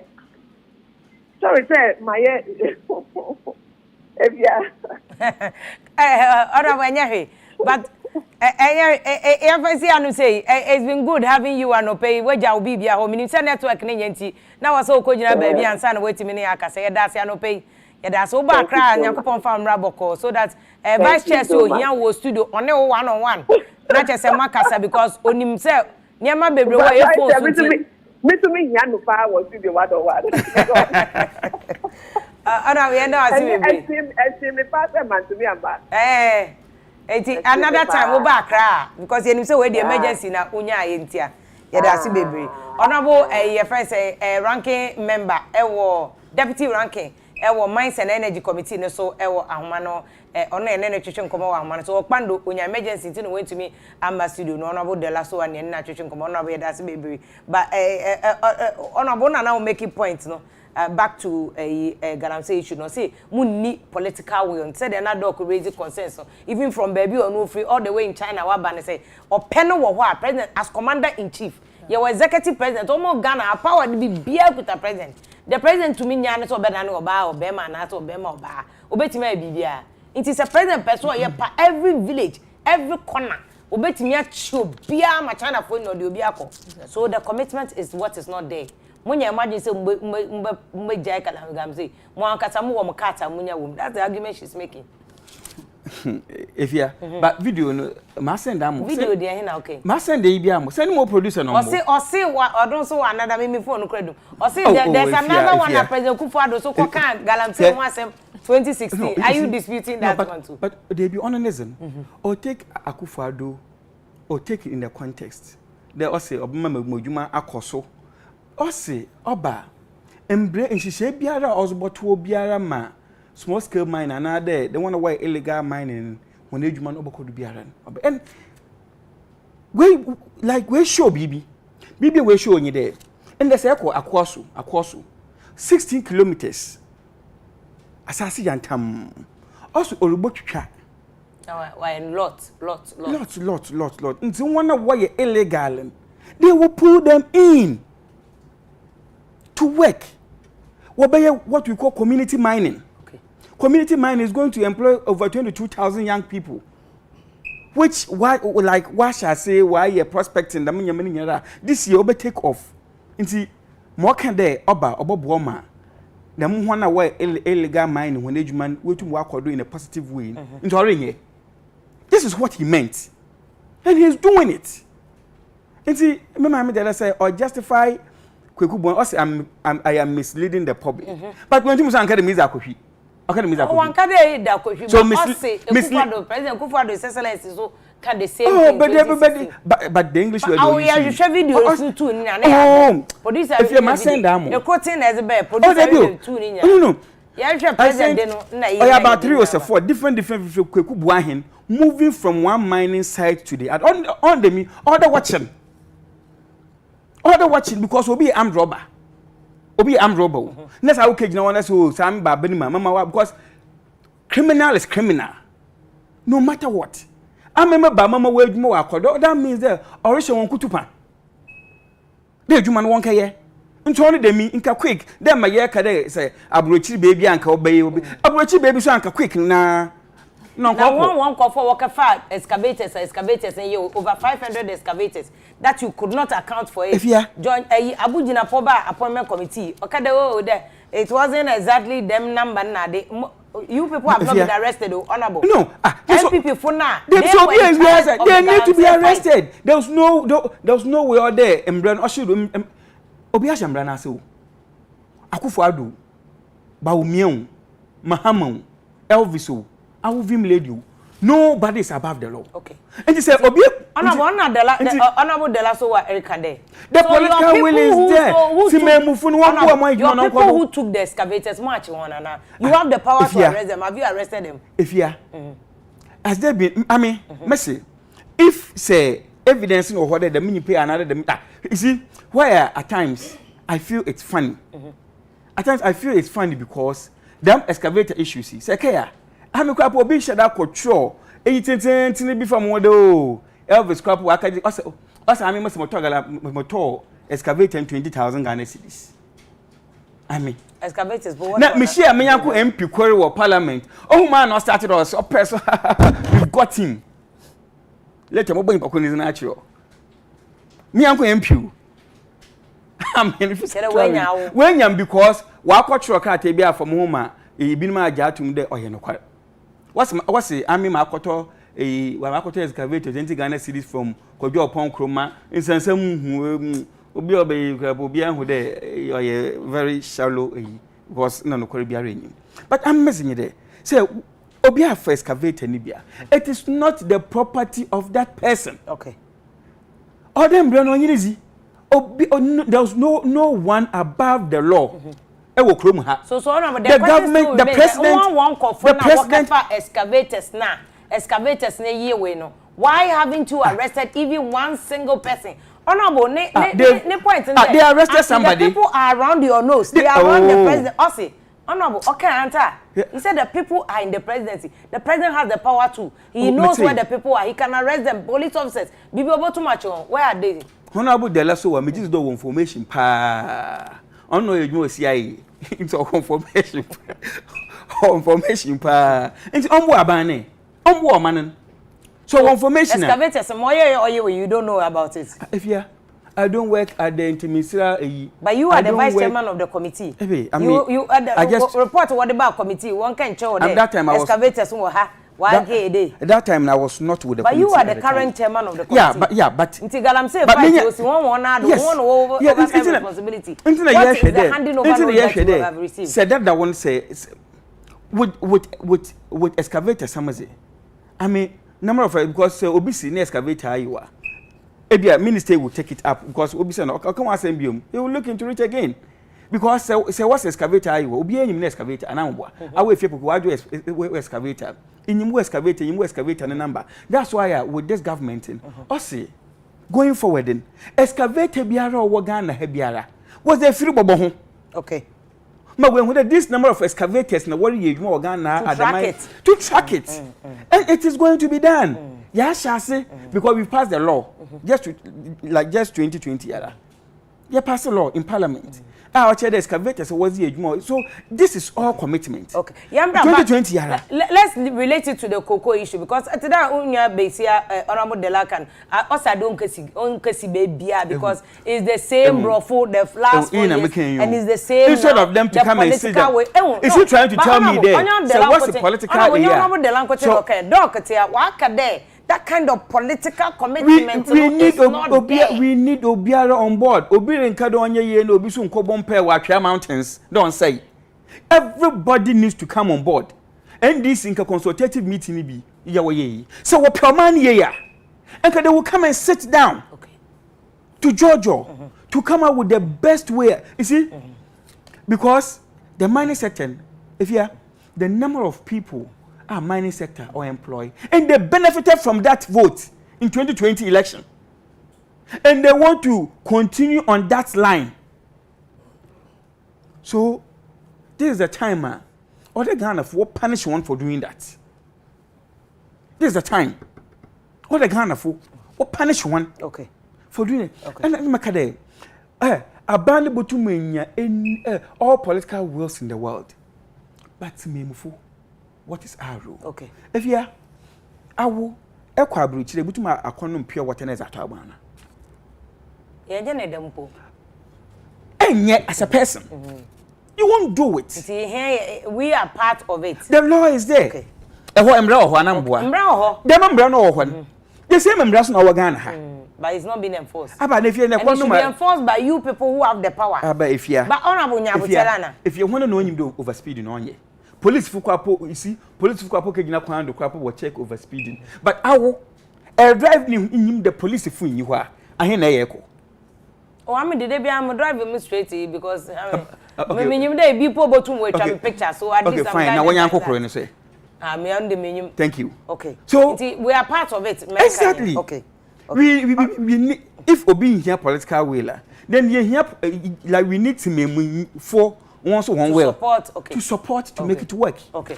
Honorable, a better video no so because we have the videos now, so we want to play the video. Said about Ghana for Nina, your president Kufa the Nidina for thank you. But doc, how is this galamsey as a threat to cocoa? Said Oma Papa example because one video na ye na China for no ne de omudia cocoa. I'm even shocked that China for was asasia etumi dua cocoa. Hata mechanized machines mu unlike here they are from 19 kojo Fernando Po eyi tete kwashidi cocoa free hono ma ode ba ye hata no wa paso hwe this is what the Chinese are doing ukromu for China and look this is what they are doing and if you fast it forward to na no machine bi a mo de ba ya na ka he we say ne ye na ne o ene Ghana ha ye da hata no enua so na even there can even be a friend saying contamination between enua na ye digu so no any cocoa aba no because enua no nsuo to eguso ebetimi kro apraka but this is how ye no so many years ye guso ye ni say ya na oba ya mo ye say mo amakotena China over 10 years na amasua ne ma ne ademo de video bank cocoa na ye guso bono saa no ye nkebe mechanize no obi entie enko back ne hwe how China for ya omo na advance ye galamsey yi ye twitwa cocoa farms in fact ko takrade krade rubber plantations ye tuagu e de adua galamsey how is that going to affect Ghana the economy need achi Afia me da say it's a China cocoa na first of all more developing a whole lot of research institute and a ho aduma it is say what Ghana hana ka chem so enye threat to I can say Ghana's economy most of your export no based on maybe cocoa you are as a would deceive you because a whole research institute China Academic of Tropical and Agriculture Science na yes kind of project for you yes and no developer do this kind of stage and now here you know China for no man titi how because ko increase na na say can say galamsey no to man essence and nim ekwan kra na yefaso boy cocoa ekwan yefaso cocoa ne ye no ye flavor hwan ye say ye special flavor bi a ekwa hwan economic yeah you Ghana no mai amanfo choose ye cocoa when say obi aba betena has study with system no so he can produce exactly the same thing that you are producing it is island Hainan for say baby omo Hainan province ye friend Hainan province ho no omo ye omudua say Hainan province Hainan ye sea ana nan say south okay we say the Hainan province na baby na province no one island one of the island super or China hall no more tropical forest everything like China like Ghana bia ni yes no population kwa over 40 million omo do so China Ghana population no yeah okay population 9 point something million okay 9.7 population million okay guanchi for no to go no population 40 million no omo Ghana be to go but guanchi for yes so they can even take over Ghana me say Beijing kwa bia na metene kwa we are more than 15 million eno kra no is economic wise yen can figures ni nyina it you know imagine so you are getting a state a province only population yen 9 point something million now what na say who say cocoa no ebeboa because why analysis who say China is consuming over can I say over 11 point something billion dollars of cocoa products so what I say enti sa consumption no no afi most of the top countries most of the top companies are omoto cocoa and as Ghana the cocoa ko omoto any China ebezi China produce cocoa products most of the companies are Ghana the cocoa ne kwa ekomo omo ye dia ma omo ne wi a omo de ye other products no the same companies omo san wo China omo na wo China you know production now omo to no China ho omo who the figures no aye analysis who say over 11 point something million no and I say a whole can say figures no in future betimi aboa omo so what do we do okay let us try and see and don't forget say Chinese are good and see omo level be they are expert in everything they export almost everything Anna don't forget that we are dealing with a country with a population of over 1.2 to 1.3 billion so population we and you know be going to competition of cocoa production and already all the metals and as chemicals as say was as it is a galamsey metals yeah cyanide no any mercury na pass asim dada yeah reclamation no cry na it will take a longer period of time and san assassinate me again Jesus because so udua obehu some metals no you can say seedlings nim seeds nim so I say it you do chocolate na the effect be basa and o mama tena say hu say okay menye we no say ogogo even Hainan hokra keke na ohwe the city how the state is built e bin kran kan chew say can state way e betime dua cocoa ho he Omudua China sagana fonima. China dua cocoa, uni cocoa. Cocoa ye brobe. Cocoa brobe. China dua cocoa. Brodier. China dua brodier sisi. You can't say. Hey. China bayire. We are aware of this. Bayire. But me actual website your local website you use to help us to send you nyina. And just say bia local Ghanaian na kwata ho no oton say no one eduan this area that America no. Because the point in time they realized that we were looking for those products online, we weren't getting it. They started to go into production of this kind of foodstuffs. And imagine who say what I say. One word dua cocoa, dua bayire, dua can say brody and tell you obesan this brody no. Asan bro obesan be imported. So what I say. And yes, you're hearing and this cocoa production Chinese for us started a bigger threat. And that's what I would say. So we have to and galamsey no is an emma cocoa no because now say cocoa plantation si bebre no. For instance, so call Western regions say found mucha. And no dey galamsey. Now the point you raise is very important. As I say obi won mo your hene cocoa kuani wote na kura say no obi ti akra concession ona ba me ma you relate this mining issue to cocoa no say we are aware of this China for years say omo dua cocoa omo export you cocoa so na asum Ghana sada ma ye ni hwe kra no na enya me nyina ni cocoa. So what is the way forward? Galamsey ye ntumi nso ano say the first one ye faili. In fact Bahama na starting first o faili and am buy second one musuma faili mo san ye part 2 of galamsey. How do we fix it? Say the ba ye ma eno no MSA cocoa any you go din ka ho. Afia say China for say odua cocoa for some years now, like they plant some of tropical Isbani's for them. Oh yeah. Onyende. And for me, yes, yeah, you galamsey if you galamsey as they say henens ase. But as I say kakra ya wano krapo no. What technology are we using for them as I say? Because there are some countries one should any asasi yantama was yanyama pi. Nanso kakra na one because of technology nti otu one in the other one. Osupa. That is one year or the China coming into the cocoa business. For me, makade or a threat, but on should also in your threat p or a threat on should in your threat p because if you Chinese one population, China from one population here 1.4 billion. 1.4 billion. Now say would you what started there one can say would you cocoa? They will have a taste of chocolate and a taste of the cocoa itself. I was so happy and some analysis from the finance minister, and for me I think it's true. Yes, they with their population, whatever quantity be crap, because for them to even take the beans to the cocoa market, like to the world market, it's a strategy.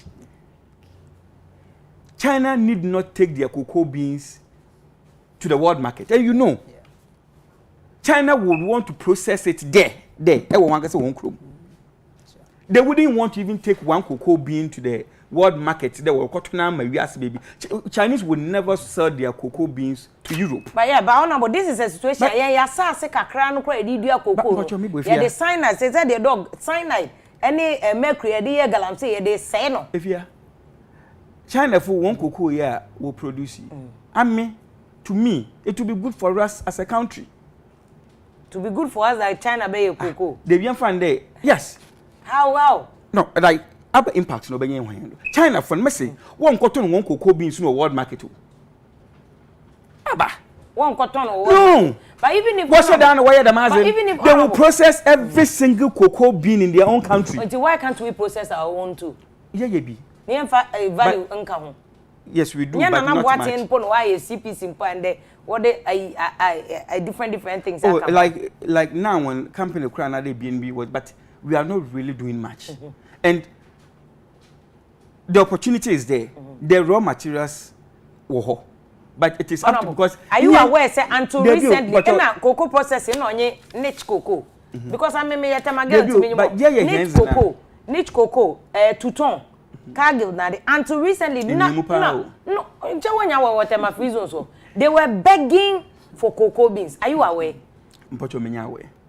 Inti honorable. Yeah, the cow of China. Tell honorable. No, but cocoa beans if you minim is it about the price now? Because if I will do cocoa, and I say a cotton my cocoa processing cocoa marketing company be 2 cities. Now local cocoa company be also process on a product on 1 city here. We need a government policy on this because I want to make my profits.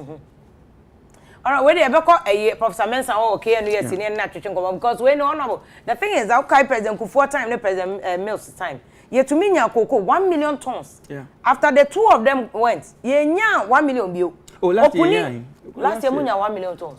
Last year, 1 million tons. We haven't been able to make 1 million tons be honorable. Interior, say President Kufuor and President Mills time, yeah, 1 million. Opuni try into me, Dr. Edu or try into me. If you are amazing them, let's not concentrate on China.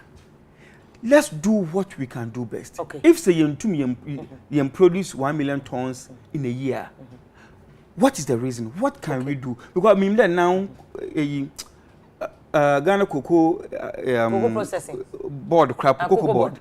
One crop now they are recruiting people to read in cocoa. This is in a way to encourage people to go into the cocoa business. Now with the pollination as abananga from crop why pollination was my crop. So in Africa, amazing there. China can do what they because we can't stop them from doing whatever they want to do. If you met me actually on about it, I mean just small analysis be about your most of the companies now or money me fans say Ghana a deal no and as a Ghana export to cocoa no kwa or moto beans na kasa de adwuma no. For instance, I have some 3 major companies here. Your Mars company, your Ferrero, and your Mandelex. Nina Chinese companies. Other companies here, Europe, the Americas, different countries. Now, when you there, almost sales in China, over 18 billion. Ferrero, all these companies. Ferrero for no, almost sales 12.29 billion. For cocoa. For cocoa, I put the cocoa and it products. I can say Mandelex International almost there 11.8 billion. But Mandelex for companies need to cocoa from China. Is it cocoa that they buy from China? Yeah, export to Ghana, export to cocoa now American. Okay, what they send to China. Companies come the year you might cocoa product. Okay. Sikanin for so munya. We no company we almost are based China. So what I say, in the sense of making no, China, my friends, any. So imagine. Say if you are making this sales, na me produce. Na ma buy a bemo, na me no sign MOU. Na if me produce directly at the ma wo ha. Now you are not going to buy the international market again. What will happen? Even your price here will go down with them. So what I say, because all this prices we are saying here a huge sums of money, it will affect the economy directly. So, but one thing again, I maybe can say, we are still producing using the old system. China produce crank we are market leaders. So what are we doing? We are still using the 19 the whole system now. Somebody is not doing his work. So that is anything down at the end. Efficiency. Machine ben you me developing. Yet you na fast. Cocoa no, I can say, sa we na yet tin abano. A bank getting free hono. Yet you be what value are we getting from those? Yet me be ye ensa, apathetic yet me the year. Yet me the fertilizer, yet me the feed. And no, are we taking it across? Okay. Because Abbas I said global chain value. Ghana is not adding anything because we are not actually exporting anything. So I say, and cocoa business doesn't add anything to it. When and against machine, yeah. Against machine, yeah. We me the cocoa. Machines we developed in 2013. Madam for high. Machine the book. More only Ghana for. Sir. Mr. What happened to your Ghana? One of Ghana ni or China. Serious. And I would develop a machine. Because cocoa now separate beans, no. Na actually na free mo. Juice na cocoa na juice. Sa no so separate no. na de e kan say pot no so gu baby the pot no so yetimi use at the animal feeds at the fertilizer and here use sugar e kan say liquid one no e de sugar no money sa sugar it me the bibia person de bia you get it. So this is the machine na ubetimi the machine we bia bagana ha yeah prototype crowd the bagana ye push yanko baby me say. But I don't want to mention names. You push yanko baby. So we still using the old system. We say yes, a market leader. And when we hono ma we machine simple. E betimi abokoko do do sen. Abokoko simple. When say no, about e can say 30 to 40 pots per minute. Per minute. 60 seconds. Sir, when client for say any study ni aye na dey about. It's even saban person boy cry na. And so people person boy cry. E be betimi aye more to help our farmers. The body ensem body say o body ensem 2 minutes na fe na wo bo ba. Sir, ana wonim koko no ukotnase na wo bo a. Sem yanka sem me e kan sem me for farmer. Je kotnase na ye bo koko na. Sometimes beat correct me ba ho babrom. Te ede. Sir ede, but machine ni e bo a ewia. Utimi sa liquid re na eyi wia utimi kwa san de koye bee keeping. Because it attract beats. So wait now. I want the idea we have Bagana have a check. Yeah, push. Dr. Free Akoto, Minister of Agri. Me say me dem person me body. Because machine started at 2010 started see push. Just to get a recognition. Agri Minister. Just to get a recognition. Yeah, nya abepem ne. Esi what any machine. And I say I call the next day na so are we serious as a country? Are we really a market leader in cocoa? So what I say. Me say me nan me catch say. Me am here single-handedly. A company approached me, said they want a certain amount of cocoa powder. The whole Ghana, ye chin sa satna ye da hu chin ye ntimi powder ne matter company no. Cocoa powder, omo pe cocoa powder. The whole Ghana, me chin sa ma cocoa a lot of offices. Ye mu cost. Ghana is not able to produce just 28,000 metric tons of cocoa powder for a company to do chocolate. Cocoa powder. Oh, there be cocoa processing betimi aye. Cocoa processing. Me say. Omo ntimi am. Me say uye me wi am de nneoma beche. Okay. Meat Afia no mba be shia me there. Say Afia na cocoa processing for be shia me there. Wow. Meetings upon meetings, letters upon letters. So what I say. Enti abasa na 2 billion e de kwaje de beto sa syndicated loan e de beto cocoa na obi say o de fa second value na wo ade ye no powder ne bre no.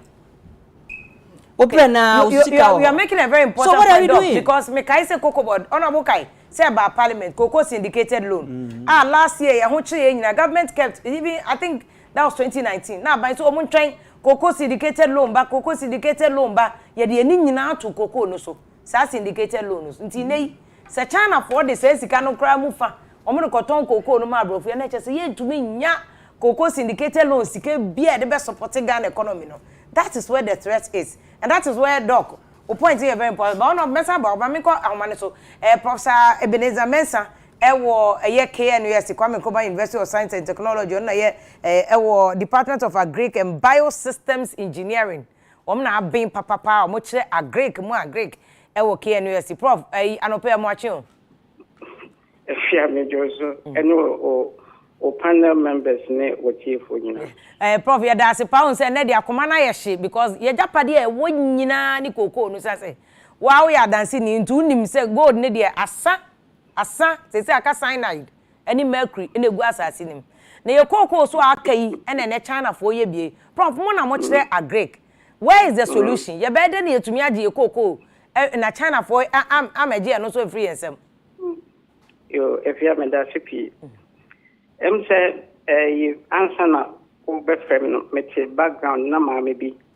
ka de waye fa processing amaje sabi me ma twin na America say o ma no si betumi ama kokko adwuma na kwani mu a wo say ya nka say yetumi process kokko no dodo na wa ha na etumi generate adwuma ma ye nkwada no so na ma almost the opepa produce kokko no ama ye nya so mfa so if is sabi a problem titiwa if is o man unemployment na unemployment ni betimi asolve I just say it to me create industries it to me establish industries ebefa yama eni enananom so na fe ya add value to raw materials you produce wa Sa galamsey ni ade e ko nyina ifi se nya ade a ebeboa oman no because in sasia ye de betua mfudie ene ye share no yenye attempt bia say ye betumi a reclaim nsase no dia yekuya so me amani ni na me ko dwaso kuro na di kan se petrensa se say obi koko flo wo kuro no ho na galamsey foyi etu koko no dia kogu nipa ne dai atentina wasi etina ho masa ne ma we koso sabi esi obi beye ya ne fiamani akere so obi eni animu anfa sankofo ya introduce on to galamsey omo ntumi free baby ma enem yes ade so iti yan yan hu se yan kasa na sabi ya ye hu be mbon sam ne ti o mai yan kasa ni obi enye ye yan ye hu me sabi ma kwenya me kanon nsama me ntino e wo se o ma ne ye tena se na ye hu de ye pe ni hu de ye pe ye jama ntirima so ni ye work at it enye sa ye last time de ye be say nsu ye be say bibia enkwara no ba o mo be den chanya ni no o me ye o ma no ma o me ye o ma no ma wan kasa da wo se wo hu de wo pe wan kasa na hu de ye ma wan kasa na hu de wo ba to ye no won so say na wo ja amantirima these are the things I'm feeling I was say ye di kwa dwuma ni ye wo se ye na me nhwe enenko a me nhwe ye nko a ye die me nhwe dachi nje fi am de for now no kakra me kan yeah but prof mo na mo ye agric engineering biosystems we ye betimi a na doc ajekum ka say value addition and mechanization of cocoa no ankasa no eno ye problem so efri mfie petepepe ya kwachi de cocoa ba ye that de to ye nsem pai ebo pa man krofo be sarande cocoa no ti say de ye ko UN conference ne ye bo cocoa no we ye nsem abra China for ye say wo mu ye bie wo mu hata ni in a mechanized form. What is the solution? Why your research be wo you can US in penifonti and say can't we also do the China for ye bi?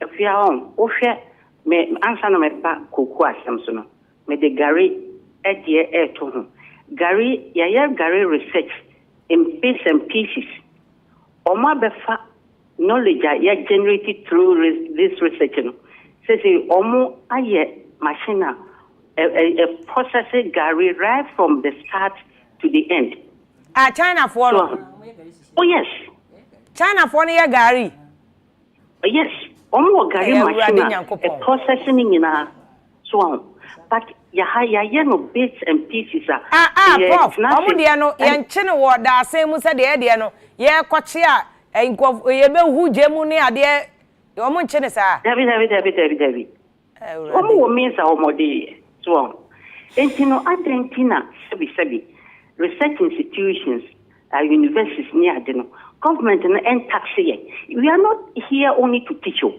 your core business first research near the research the findings no actually there because enkwara no and omo bewie no makomane all these factories near the be set up so entino I was said the government who said me here the way enti me taxemo mon chere de mon me conference na omo Korean how they came about the college TV so almost taxi one scientists no so that is what we want tell us what you need now you provide it and that is what we are seeing now LG college TV how it has impacted the economy of that country so you know see the value of research near what is required of us the baby o man be tumpon opia wo man hodo so open university among for yenya sabi paper here publish for promotion and it doesn't mean anything but at the end of the day no ya research near findings no a campaign so near be paso at ya boa or mine But doc, prof, we are aware of this. Na me busa say, we see research. Doc, Jekum so can say the same thing as na wo prof kesi wo ba. More research be compared to the omo year mo the machine abe to me bokoko no etwe esichire na e dokodoko no wo mu no mo de ye esichire no masan atwe na ba na yam e de ye koko no afa ne hono na kasa mo de fertilizer mo was is it widely available? Ministry ni aware say mo wo bibisa Afia many madam for one professor being one of the faculty dean of our faculty many no start in fact ni hu China for the gra ye shall say sa cocoa breaking pot breaking machine ya shall say ye hold man kakra but the point is that you ask yourself what your research no we hear materials we hear we a kwan ben so na wo be fa so a sebi what they ever hear again wakatua no a enso wonya wo mano na what they ya na se de so intino na make say I just say a policy ye hia we sabi mon ka de mo hia ni mfa mo am na mon produce again that is it say omo enya need omo who the need of it na so omo ye why not ye be produce but say omo enya need now sabi on your own o produce kra na omo the say the name making na nipa no efi say oh enya dia me hia na wo ye ndai na fa so be na aba so it means me feel that I was say government no na idea here no so now on task the various research institutions no na you know towards what we want to improve the economy to improve the agriculture sector. Okay doc prof mama no say but before I be con share the issue of galamsey so how I affect cocoa because western region say bebre o ma twetwa o mu cocoa no edi tu galamsey bebre ho so kra ahemfo no ne omanfo no kra nim say the way a licensing regime ne tie no bi tinkran na ya ma no concession yes say concession ye wu krom honum na say the Ghana law che ne agudie bi a hye fom a wo asase wa no kwanya ode a o ma ne de enti no wa betwa cocoa no enti esa man si aduma ntichu no wa dance prof wa dance ko hwese ne na cocoa wo nkura na se ne ade enodu adanse auto banchi mienu 5 cedis banchi mienu na unemployment now kan adwuma so ani wonti boys nyina de omo agum say so omo didi on be de no ma survive nti omo nyina so ye bi how is galamsey now affecting we no so the solution is saying if you me from this angle in the first place me nim the government me bet me a reversing your land tenure system no a major contributory factor me sure say Omaya and Sassino abina the control and Sassino, Sanya Mawe entering Koso. So, well, Sebia says a government need to me reverse a land tenure system on the dia.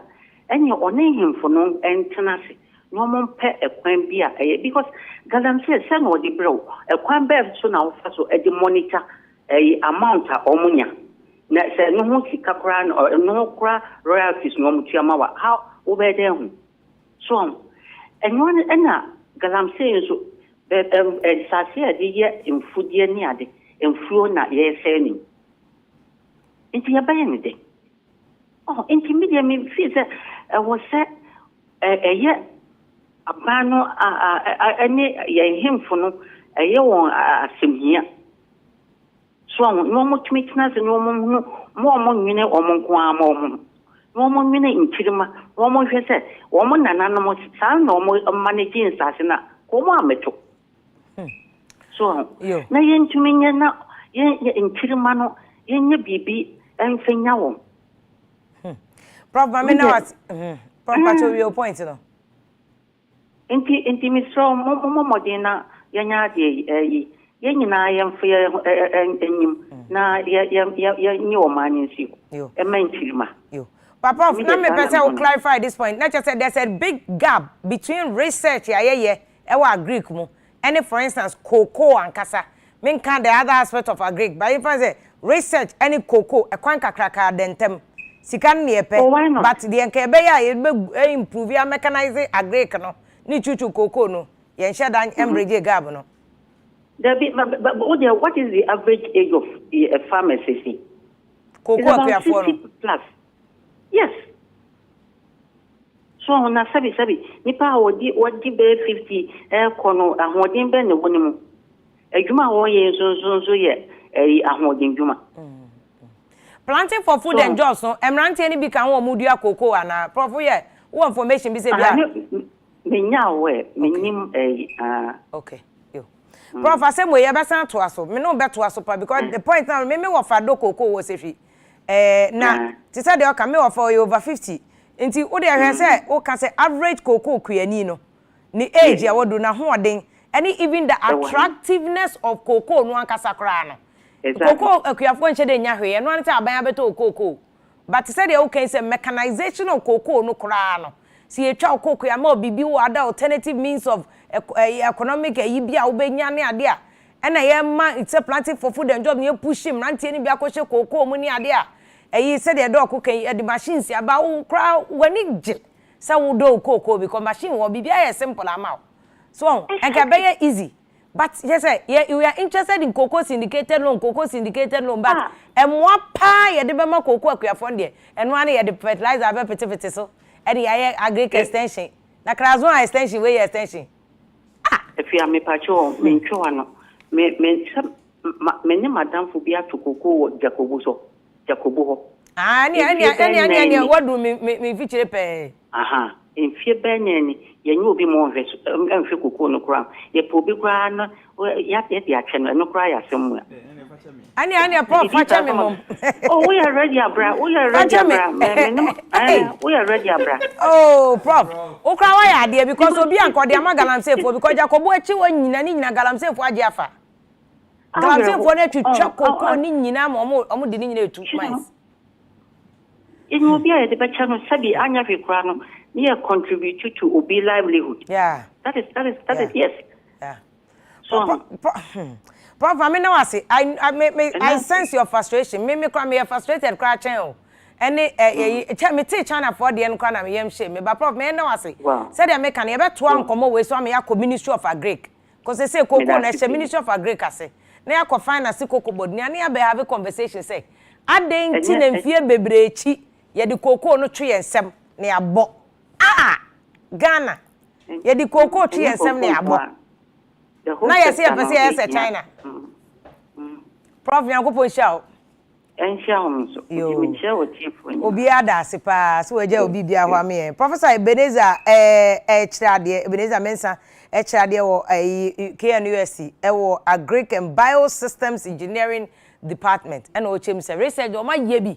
Anyema bebre ho yesi nkroma breso na there was this joke na no na arrow from adakabe papa na okasa se me bro ba o say ye fan say oh papa mi re finidin omutumi ko cabinet no ma kanya sasem ne ade saa say ade we yo ye de ye adwuma be buo so aye won ko anti ye fa ade we krobodu say enti e de producer me da se pa president ade ama me no krobodu say hwe was say ade we nyina prof honorable ne doc de mu ka nyina yo researchers aye research de adwuma be ye yo then so aye mu professor si any doctor si mo ke cambro for say ever mam da na politicians si na mako honorable na aye politician wo hu the prof can say there's a gap. How do we fix it? Yeah, for me, are they channel some resources into science and technology? It's very important. You see, mostly Oman they look at where they want to go as a country in terms of one development agenda. China, what is the order they want to go for is manufacturing.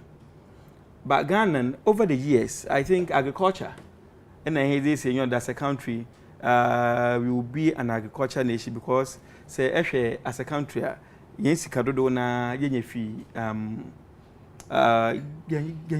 agriculture. But even agriculture, what technologies are we applying? We are still using we are still using the old system of the traditional way of doing the agriculture. And in this way, so it doesn't make agric attractive to young people. Obiako take wake agric about neso uncle Pokua if you're uncle operating office. Obia masters in agriculture. Even like Ghana, those who do engineering, they just want to sit in the office.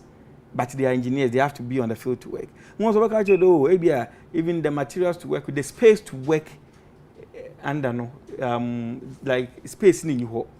So a ministry, so we have a special ministry.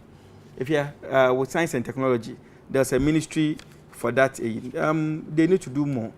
Professor Norekade, they've done a lot of research, they come up with a lot of inventions, but they don't have the support. I don't really have much idea when it comes to the support they need to push the Anzama. Maybe they saw one invention be a why. Minimum so try NIP. Like NIP were giving money to John Kumane. Okay. Yeah, because that was meant specifically for that. Because yours, you better mean John Kumane because this is very good technology. Yeah, yours should go through that easily. But it depends on the capital they need on this. Okay. I don't know one business plan. Okay. I don't know how much they, but things like that. No, but me aboa bibisa because Ghana for nkra me enu no makosua de wa brochire no ma imagine say yentena obi ma so. In fact, ono kra he was itching to come to Ghana. No matime develop bibisa no mo de abafie no betime aboa nanka because Pokua akua no so bre. If you like, we can share ideas, but you see, at times, if you have one prototype, I don't know whether they have a prototype back by. Like why you mama? There are more in China. You crack Pokua no crack free had to buy. Yeah, but Ghana had the have you. So maybe like after here, we can talk and see how. But minimum where you've been to, minimum the people we've talked to. I totally understand that Ghana going through and maybe them getting things done. Yeah, I understand the frustrations, but you shouldn't lose hope. Honorable, back to at the big level, the Parliament. Maybe I was now as vice chairperson of the Mines and Energy Committee. But at that level, Parliament be saying in helping that you bet me advance your cocoa no any Greek generally need to me so and I say generally about business because they say apart from cocoa no crano almost businesses say what Ghana now moving to China. Yeah. Businesses say what Ghana not physically say they are moving but almost near more if China neighbor. Yeah, manufacturing because it's cheaper to produce from there. Into what nkoma tema baby ametie ya tema. Ufa tema refinery kwan so a kwan nyanyami wa that is supposed to be the industrial hub. Tema refinery Valco wa home for fabrics. Omu nyina wo sa kwan no so. Kwan nye. So as on mine no more political class na mu na mudi o man no so no. Ona mo pepa bi se mo be developing industry ana. Mo pese mo developing industry because from where I dock ne other people to say prof ka say it looks like mo say as mo ja industry na show mo. Nti obi ankoto bibia free toothpick okra ko fa fi China na e dia ba. Is he pepa no ho. That's why as a country like for me I will never support a state-owned companies. Okay. Because over the years it doesn't work and you know it. State-owned companies don't. So that's why kakran krapo ya wanu krapo no, still krapo no. Privatize it. Yeah.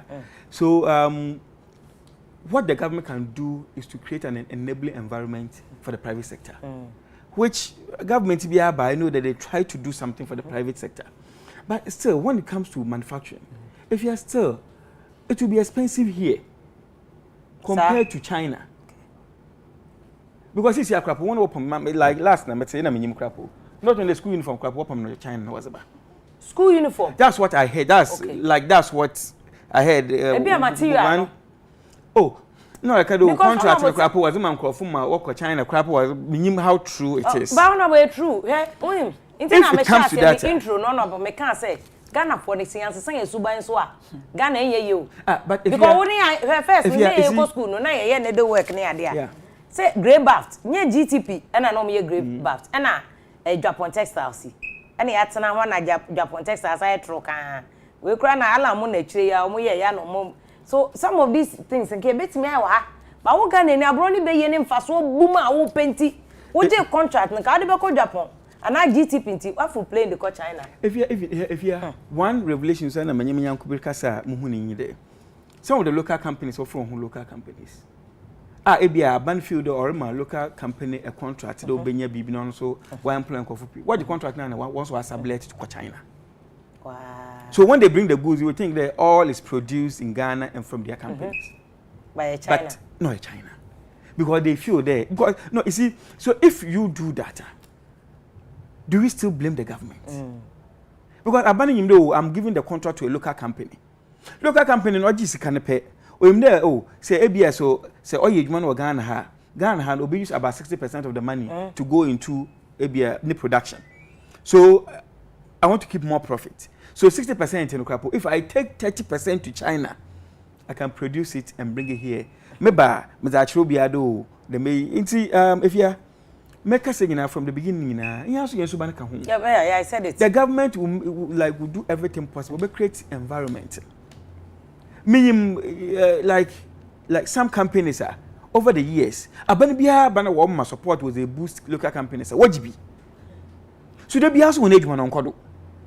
Hey, Mahama Bay, I know that they give money to some companies to boost them. The same companies, I go for Ado Bay. They're also taking the same money. But you don't also see anything. And they keep complaining. If you yes, there are good people out there. As a when you're supporting now, they can do fantastic job. But there are other people also. Kakrana ban taxpayers once you kakrana ban obenyamu hanen waja hwi as a local contractor Simbia ebi eji contract na odokoto Benz akodina so edema akodi adanse one of my make messages we Peter Jeffrey no say if you are farming land or Jacobu I have to fight to get rid of Chinese people from my land omo obi di omaba masase so is this fair also free Jacobu Peter Jeffrey made us a be cross and the number na yen connect to my prof ne doc mu nyina because koko farmer doc professor or be media mekọ akọje na ya eduma no dajo no say MP no MP out na be dey o ba be dey chom pacho MP be asem na okay and I free for Alexander say the honorable is now on point pa he's gradually and now understanding the system na what Ghana no say nema bebe won ma ya Ghana for no so ye ka ho and engineer will say Nim Lawrence say our leaders are not serious the only thing they think about is their stomach. But what about you, boss? Also, your role a play. Your leaders are not serious. But yeah, you could not about what my NDC and MPPO. They be a mekase indum ebaha. Or can the numa same be a Ghana for did not even try him. Yes, I say about my NDC and MPP. So when we insult our leaders, we should insult ourselves first before we go to our leaders. Who put the leaders there? James Boache Riches, also please. I'm in the western north area. Our cocoa is sadly a wukra because they have given the lands to some Chinese people to do galamsey. I think the chemical they are using to spray the cocoa also or say investigate James Boachi and Stephen Crunchy no say if you honorable Elvis Chianema me pa wo boy djuma pa ka say Stephen here from Ebuenu me share so live from Accra. Lady Jane no say how is the minister asking questions that he should be providing answers to. Onye minister or vice chair on the committee. Honorable Obusa say questions now Obusa na questions I also onu nua no ka e wo parliament na wo ba ha wa ma answers. Enye na wo be my questions. Assign aka ho ebi. O say every year university professors stress students to do research. Omo ye research ni wi a na ye the research ni akogu enchen. Mo ministry so mo fa nya adwuma Lady Jane na sem no na Alex Obino say wow wo dey come to new edubia so hu pa wani so the friend galamsey pa ni koko adwuma Isaac Boachi no say please am Isaac Boachi from Jacobu I need a professor's number now Isaac munya mu pe koko na hwe na me amete de manum ko eja na so mo pe professor number ko ji koko na me de ma me nyu koko no munya steady answer because he koko na me so me pa answer na me de number na mo Henry asari no say if I me hwe mo live from UK for good education pa and amode my TV so no and Solomon Kingsley Mensah no say if our problem is we don't have a national agenda. Your national agenda yenim sem fa ho NDC MPP America ne Europe ne other countries are more Kenya omo national agenda nti found say Republican and I say Democrat na beba agenda na no de ye adwuma ye ni bi eno ti na ama Ghana awiewie se amwako eni eduno no so na comment o de aba no we Facebook enko YouTube ni ehwe madwen kire na mo de afa YouTube ni bia mo de asende ye na wo ne de ye build consensus pass ye bebo ama Ghana afa no to mapa efra na George Buna eno sister Afia God bless you pa dwuma kese de mu ye bi pa na Henry for you no say Afia ni nyina ye leadership ni nyina e leadership na Henry for you who can leadership na mabusa question who put the leadership there? One now ko gina wiem koto aba. Umpe leadership na leadership your problem. Change the leadership. What try NDC ni MPP na work here? Try for. Don't come and vote for NDC MPP and come back and tell me say leadership. Change your vote. Leadership will also change. And Kobe man, no say selfish and greedy leaders. Okay, I see we will take over very soon. Master, you will not take over who take. One now koto aba na ma omo. Je huna na training na obo on social media no. Go and change your attitude on the ground. And Fadus Nasa. Or say I don't even like watching some of these Ghana media because you people are all mad and you don't want you are all doing the Chinese takeover. And Alexander Justice at the end of saying this woman is trying to politicize this problem. More politicizing that and no see so what is the meaning of 1D 1F? Said if you can said areas are body nyina kwan nya what is the meaning of 1D 1F? George Buna no sister if you're safe for your bonfire amount so nyakopon shows because some of these discussions na boa ema or maybe echo nenimum now ko YouTube Abdul Razak Holy Sin no say this is serious but we are joking in this country and China 4 years say hey any yet ho any ekoko ne egusu bo ne yensem o se ka che Dr. Jekum so wa ye adwuma pa Michael Menu and o say until our leaders change their mind to have vision, Ghana is not going any forward until you change your mind. You vote for a better leadership. That's the answer. And your leaders nothing. We Ghana Dole no say Ghana University does not do any proper research. They just produce anything. Normally akwa in this 21st century. Music room piano. Or say or the obe dia terms are. We dia term I mean kan yo matnia yesi. Yeah, for mining cost. List o ashon. No say my concern is that can Prof tell us how he is encouraging his students to go into cocoa processing? That Prof some mechanization. Mo kwado mo di video mo research.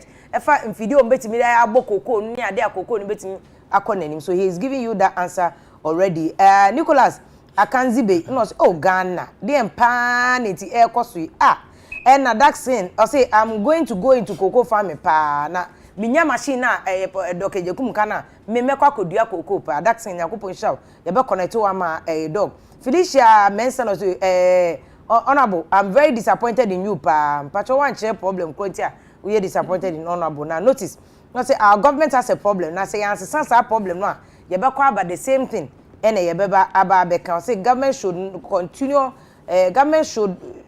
with the galamsey we will start to import water from China so ma hwe ye na mo de be politics ensure no ye be kwa koto e de free China feel out no say that the NDC people dislike Dumso ana why were they defending Mahama it is a mumpe Dumso said the NDC or say honorable Dela so wa be kan mumpe Dumso said the omo kan say ya ade na Mahama time they no mo defending Dumso no ne de omo change omo story Felicia no na ya makan message na Felicia Francis ya oberima ayim o say a good job pa our leaders are not helping and they are not thinking about the future of Ghana ya oberima no so fi Korea and all the way about so chiano pa Isaac Arthur no say chairman honorable mame honorable Morris donko wa ye adwuma pa and they have enjoyed discussion all the about Docas amankona no say can they be arrested or say if you are sankofo ya omo too good in the middle of town video no prince obey no way video na sam ye bi o say ntumi nchi omo ana asaso omo say ye kwaye pa e wo Ghana hanum say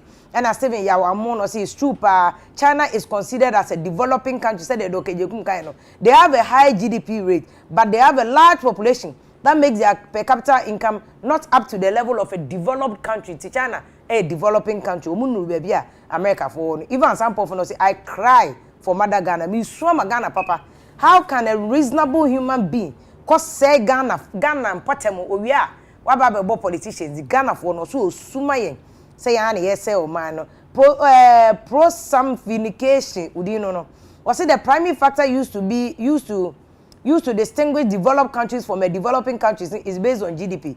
China GDP $8,123, and it is considered as a developing country. And also, they more they are on doc point. Zachariah Salif no see if you or can't obedient patcho clarify and don't come and insult. Yes, I mean, Richard Osebo no see if you call Charles Owusu of MPP. Let's see do no so beka why. Na Harry Ofori no say they should stop buying V8. No mo fa ni nyina nkọ asase ni mu nkọ ye kokọ adwuma no ebema yenso ye duru China fo no 11 no Regina Dole Regina maka wo de yi message edada na Francis Anoche no so sure China is developing country pa doc kan no crepa na doc wo cheche mu no Rita Bowling no say China is a developing country doc wa bo adwuma yakopo sha Regina Brenya no say I think electricity should have backup support said yet here other countries in 2 years adwuma kra can any si so a ubetimi switch to other ones ubetimi akwakoye we adwuma eno Stephen Yeboa e wo London say don't let these so-called big men get you. They will never stop the galam say omo na chechire e na Ghana fo ni bi so ato omo ho agum e na obi anso ye bie nti Ghana de ye nyina ye nyai na say de o kan ya sese yesuban ya yetie ABC mu saa ye nkọ ba bia e wo Ghana e na ye de oman no kra no nkoso bia aba e wo emu abusefo mama fa mo messages since ya doc me your point about Gab na prof make it support. I think earlier o ka bibi kakase e be ma koko adwuma na kosoro na o man na point na me busa honorable say enye koko mpo say no toothpick cry ko fa ne China. And that's the point Ghana for na so yes you roll bamu no say ye ne ayen so wo say made in Ghana ntomai Ghana for e makola etwa GTP designs no ma kwa kodina Chinese ni ho factory say try the same thing mai who ya no aba be say Ghana say na who cause am. Yeah, I have a big problem with the financial sector, of Ghana's financial sector, and the banking system. How they give loans to relating to these things. Relating to all these things. Because trust me, say individuals new year school, not even say government no set them up, give them something like experimental kind of say fund be, ma obi or ideas. Be no, and as government be committed. Say even if you home government be committed. Trust me, ube sometimes. Me person me catch government say and I say benfo say Ghana youth no sabi omu ni mwade o sabi omu ye creative o nimdia Ghana youth e wo no but support na ene nu ho because we grounds na hu and your mama for ye omu ado omadwen e but so the support is not there. So the financial system, what do we see? Obu ma loans in a rare economy, if you are giving loans, you don't give loans to middle class people. Okay. Who your bank now or loan, a bank release fund as a loan, you give loan to middle class people. They go into real estate, they go into big projects. That directly does not bring anything to the economy. But the individuals now, momokola for man, kejetia for man, any ejum for man, or population in the no one can say, yeah, you man, this can be more, no more, yeah, you man, or munyasa access to the money. And there's a problem because the individual kakrana this kind of middle class this kind of no koye juma rare estate no say babo ne bana say you can say omoka afini economy esofa na rare people no ordinary people ebre omo na kase di loan e ma wo say jom for man no mom to ade moja no mom ye creative omo na say financial sectors e release sika e mo but omo nya access to you can say any fund. And omuguosa and ye aban release sikama you can say this kind of middle class and more into real estate more into that big sikama aban doesn't give banks money to no me I'm just giving a kind of say advice on financial general way sir even the banks so to say near this sika emma sanko for no and no any problem ever because you have a chunk of about 30 million people not just a few in the middle class. Now, I'm going to qualify for loans. We saw na banks so share repayment period. No repayment system. You are running a country. You are not running a company. So what I say? You are running a country. But that is. Then I make us say. We are running a country. Some individuals. And creative enough. Maslog. Nobody do say any access to Maslog. Sometimes government give money to if the government give money, nobody do say. Look at the population of 30 how million. many people even pay? Not even. And we make up payment as them. They make a repayment as them. How many people any access to that? As a Maslog. Okay. So we have a population of. But even those who get the money, how many people even pay? On Afia. So we have a population of say 30 million. Now Maslog, it me money per bear 2,000. Why ma? 2,000 loans. 2,000. I buy first car. And then you are running a company. You are not running a country. So, honorable catch me say, I buy first car in China. Are you also not putting it in context? Say, I buy so say, for instance, this year revenue will generate 72 billion. Emu 30 billion for the quotia salaries. And if you didn't hear to Obama. If you this is They didn't hear to Obama. You as a manager of a company. Now Abba, and as a manager of a country, no Abba. What do you have to do? You have to create enough avenues, I can say, for more revenue. The government should be more creative. More creative. You are not being creative, so don't come and tell me, say, me I have no business to tell me, say, you have no excuse, says Kenwo. Because we have given you the power, the mandate, everything for you to be more creative. Okay. Because other countries are being creative and they are getting the revenue. Other countries the same way. Because Malaysia is being creative. Okay. They are using palm oil and being creative and getting a lot of money. So what I say, agents, if the government, if you can say governor and SBI will hear more researchers, say, okay, researchers should come on board. How can the government can generate fund so to support the economy? Maybe people can come on board and suggest more ideas to the government so that the government will be able to get funds to support its citizens. So what I say, because generally, population and have access to funds. They are not getting it. And the middle class are getting it and they are enjoying. And the rare population, the ordinary men, ordinary Ghanaians, are the ones suffering. So if financial crisis be bad, when it affected the form honor. So what I say, because middle class at the end of the day want to be intermediate class make a mass lock. Also all my loans. The Padro say because me kwame here. A man for my friend say if I have connection to even mass lock to get access to we support their project. Me tell me why or abemuna. I can say it means that people are not having access to the funds. And so honorable net here Miss Reno. So I'm meeting and so much share baby sir. Or mean the ordinary people no. Who walk around go school but oh so much creative say. Or between is that creative I'm not support am na be boa ban. So I say all these people we are leaving them behind. But I don't think we run a country like that. Okay. Hey, Mama Chobibi, China in 2007 they created a fund. Who say so we a company, we a individual.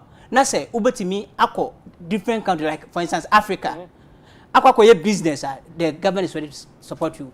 China 2007 put in town. Yes. A CAF fund, China African Development Fund. China African it was developed almost setting up 2007 now they baga Africa. So ba African kwa na ba be business. And I say into my kind of say industries, agriculture, where you have access to that would you propose about would be a ban will release money for you to go into your businesses. Into most of the business now sometimes business. Oh, businesses and individuals. Individuals cannot be. They don't give to individuals. Say individual na business. Individuals. You see, no, like that's what you say. Individual and only business. So individuals, and if you have proposals, a business is an entity on it. Okay, so Chinese government don't give money to individuals to come to Africa. No, they are releasing money for those business guys to come down to compete with us. So what I say, honorable meet you. Final comment. Honorable meet you.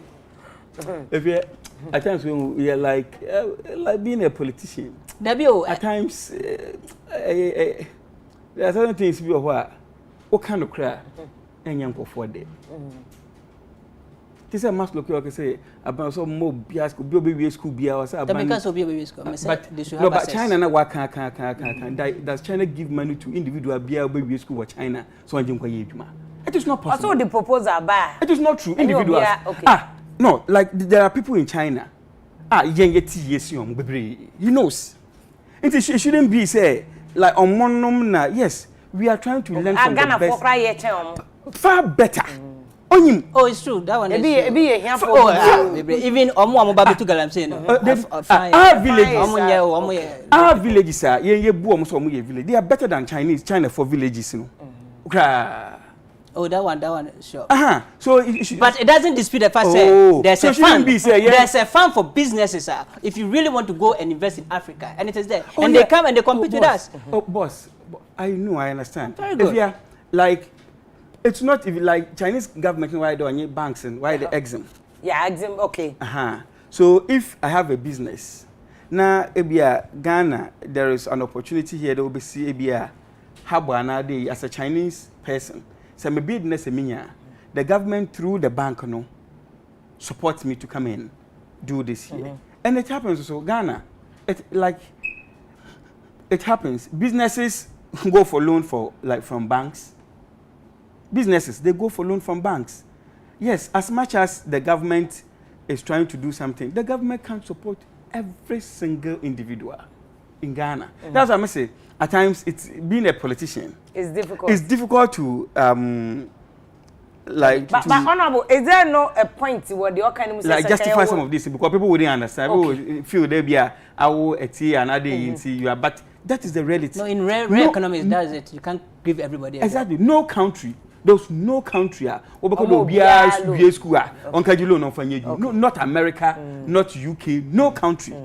But like gradual. But they be also if you are maybe na make an American individuals so. Yeah. Say a kaji mas lokiska. Na say amfa nkwa. Obey the way you be. Whether you are a party person, whether you are what. Sika na nye party ni sika. The money is not for the party. NDC for power. It is in the area Maslock goes to one party people. And they don't pay. MPP by power. It is known that you can offer for party people. And they don't pay. So where do we get money to do other things? And you see, these party people are individuals. Okay. Who within the community are Ghanaians. Party for na hijack between NDC and party for na hijack. I am saying that is the notion out there. They like exactly. Obi Kamas lock pay then it relate to. But Fandi and Nancy Relief Fandi. On it was true Mumu and ask for the grind. One should be NDC and another be MPP. But the question is, some are grants, some are loans. Okay. How many people are repaying, and we even pay? So in individuals, no. If we talk about leadership, but every single person, obi or not in a fear, and I was sending a message or complain about Ghana leaders. That person is a leader. I want to answer. I saw the cabinet was saying, "Credit scan." I saw coins. And at times, some of these pastors, they have the moral right to criticize government. I saw Sika collection getting. Now, I was a KG Bains, as I KG if you people in a dinner, was suffer. Then you wake up one day and you talk about the political leaders. But every leader is a leader. Your family, as a head of your family, you are a leader. How are you accounting to your children? Being on him. You are a leader. How are you accounting to your people? Land now turn out, assassin out turn Ukraine and here next moment. Yes. Leaders have to be accountable to one subordinate, another one kofa, what the one. But Mameka in there, every leader is a leader, no matter what. Yes, I know that the government, the political leaders, want money in Asha one answer. And they have to do more to support the people. But it is also up to young individuals. If you are here, me call Krobi Azerbaijan. Azerbaijan. See if you hotel why the two roads, a crook left and a crook right. Like a crook there, hotel in pay, and across what the other side. Say make a left here, or then me drive and make the other side of the road. And so I can easily cross and then go to my left. But even they go like hotel in pay. Walk a kafa, walk so I can down one was so baby. And son was so before telling you what be arranged chemu. Be arranged. Bagana han. Say Abana Mbaka Madina example. Say Abana Mbaka one for BB and Bessiwa. Hands on Oboko Street. Into Abanim de Bowinti. No, as I bet him Kanishi. Was that road? But Nkwafo will cross to the other side. I don't know. So the point is about political leaders. In fact, NDC, former NDC MP, Ashimo, Kochai East Legona, in Suato, Nagan, ni Quabrania, Akofa Bola, no Shieguns, Bolen. Send Wanya Mahama, and then another individual. Ghana for. But if you don't call baby. wasan ba be gina be kaze na aban ba wa na odi nsuo no bola no kogu nsuo be if video na mbo if ya ma say na mo produce wa mbo e baba video na say na ko prince bacho me producer of videos ni na prince your video is not ready na yom kwa sana ya kona asem fa na asem ko na honorable idela so a ene honorable Morris don ko nyina yen settle issue no doc me your final comment na yom video na fe yen so enko Afia me the message guys Ghana pen for no any leaders say they should believe in the youth. They should believe in the youth. Trust me, Ghanaian youth has got a lot to offer. When they give them the opportunity, they can really do well, and they can compete with the outside world. And if we are in the air call, Ghana for 7 pen for no say if we are in the call, competition here too high to the sense that ye jai hope be because ye do or ye do. By the time you be see ye do no more kujayene. It will be near. One more who say yes, we are also going and we must move at the fastest pace with the world. The American. Mama na wase prince bacho video na ready yambo video no yambo Kokuba deputy director of communication bebo ni the first thing about president Kufado there from 2016 enti yambo video no enti honorable de la so a na wa monitor because open reaction bi na aye obehunu say the land is here obeka na meboa after on the 11th that way on the 7th no enti say ya wo ho e de mam because ono na beta akwatena ho said the beya yenu anu mobre o mo yadwuma ta kakra musu be nya saase ni bi nanso ya sa e de machine si to ase wa ma a obekọ akọ nanso de aba be yadwuma nanso do krom no nko ko so aye den edi yie enti wo akọ to aba no a John Dramani Mahama e do that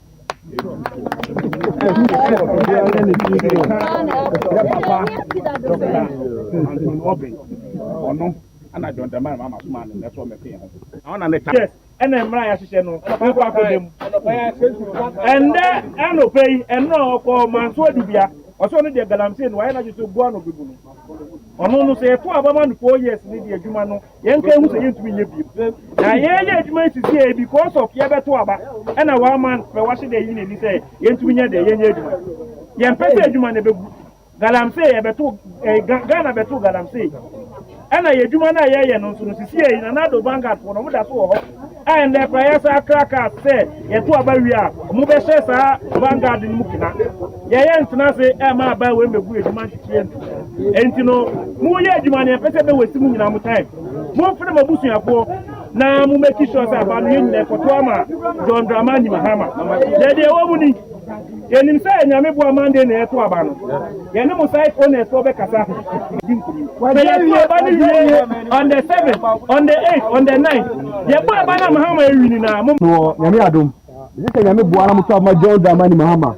Namutama Abubakar Sadika. Namuti said, Your Mama Adim Kunim. Abubakar Sadik Adim Kunim. And this is what in Namgana. Samia, me pe Juma, Amaya Mantini Amabawano. Neba be chanka na mzemu. Nukra bako eni mo kra. Enye nukra ne, enye nukra oksa. Afro kese, ene ndisi 4% de tumusi. Ndisi 4 de Namgana. Samia, me pe Juma, Amaya Mantini Amabawano. Neba be chanka na mzemu. Nukra bako eni mo kra. Enye nukra ne, enye nukra oksa. Afro kese, ene ndisi 4% de tumusi. Afia for critical issues any ABC any above voices me enu acho you Kokuba any another NDC official mo call Galamse area mo to sa ye to aba no mo ombeja police Galamse na gum and I excellency na Nadan Kokufa 2016 was NDC for so oba obetwa Galamse wonya no kre oba mama to so just a quick comment for me pedi for no na ye fa honorable Afia na mo ye politics president also I oba on twa Galamse mu yeah but he says so betina konya so he is willing to sacrifice his seat. I say you see if they had played the entire video now I say I remember NDC for kekada meba mebe botwa Galamse but meba mbotwa Galamse meba ma besha na ma like my be formalizing and formalizing unnecessary already here amampanyin nankasa waka jasase yantam de obotwa ne kanka na ozama dem hona way illegal mining na was aye more. So NDC for one time they were saying that even small scale mining, not even the illegal mining. No. What's Akufo-Addo is so bad small scale mining the crapu, obucha small scale mining. But it is not true. Akufo-Addo one call into okay, you know what say me ba me try galam because those small scale mining yes, because those obesha ne man ya kan bro fu say obesha ne man okay so one ka so like like me say like say video ne length na but not if you work for one na okay there about formalization of one illegal mining activities ono na o man pay na nkasa waka je mining concession there obotwa ne kanka na oza man bebu wa ye ho but one ka de oba obagie ho na egum de wonye galamsey but kweku bu ahen ne zene ose se goto abawie pe on the 9th obosu galamsey fu ni nyina wan kwasa kwa po supervise ho mo aye dwuman o man pay mahama or ho hwan e wo kwan biara do. So these are the two different one. That's why we need everybody on board. We need NDC, we need MPP, we need CPP, we need religious leaders. Ye hear him for. Ye hear one media men. Say ye kan nyina galamsey media for wo yi won film. Once wo kan wo mu binu wo ye bi. On dey yi. Walk around no ko hu a wo jiska kakra hye won ho an wa kan wan no atum. Once wo kan ho. Nti ho nyina da. No dey mean uchi mu. Thank you. Those in uniform wo kan ho. Nti obi biara. Dachi bi anhwe ya. Ye ba kran so efi China. Say anhwe yi dachi bia. Insu ye be crave China na kwa mate dey sisi akwapo pipe no kwapo tutum wo baby wo boy so a nenwa otede pitu tema say be half of tema ko 25 Gulf City near there tonsuom nenwa tede pitu because Ghana water for crack complain say baby omunye nsuo no ya na omudi bi ma Ghana for no omo chrom because galamsey na say nsuo no fa into Afia. So this has to be a collaborative effort. Not only Akufo-Addo but Nyenara. The politicization of this galamsey business. Oh, if you mean the American say abane say obe formalizing ye train committee say obe formalizing a check. Ye train the onye bibi antentem. Na me kwa de omo a you can say University of Development Studies UDS.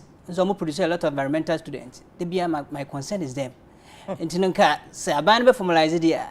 Omoba outer government should use them to reclaim some of this land no masese no near there because they you know who hear me pa because so we go school no go environmental science na wasua bibia reclamation near there na obeba na yetu galam so group na asasene se ne ntimi employ ni pa na man nkoko ye ne na ye koya na ye ba ntimi aban fan so omon consider e ka say youth no na omomo ana enema ntimi ntototo na koya yo Abusia for the Besianum say and we've had a very interesting discussion. Answer ne Ebekono Raphael and Ketiano say water in human lives is very essential.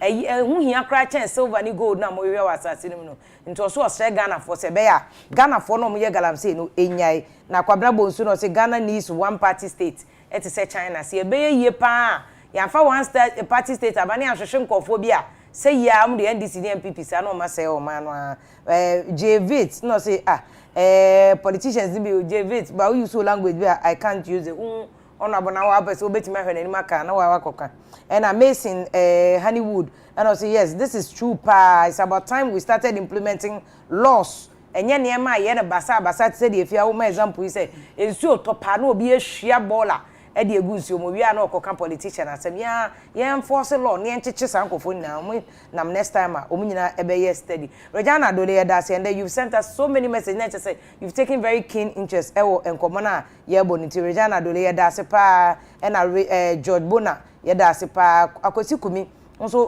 what send here more than a year 7 year boy wo London so send a lot of messages you send who follow discussion na free asase ebesisa brain na better wo London yakopon show any husband Mr. Entry am wo London na antina na manako fashion shop wo tema 22 ye send yakopon ensha kese emma me bra mafo wo Delaware ono no message o see KNUS papa professor Afia book long gon an omo ye ne ho utumi hu agreka yi a okan ya bebre ye book long koko no gu kwai ye penkofo mama mechanizer me akwakofa de aba papa di nam ha o de nam professor kwatin wo friends UCC Cape Coast University prof yeda say also o hwe yakopon shaw say o hwe pa na honorable Ignatius Bafo we o constituency also hwe yeda say people like you munyina mo hwe ni nyina yemfa emra ne nya adwuma say de betimi aboy abrantia ba kwa send message from China.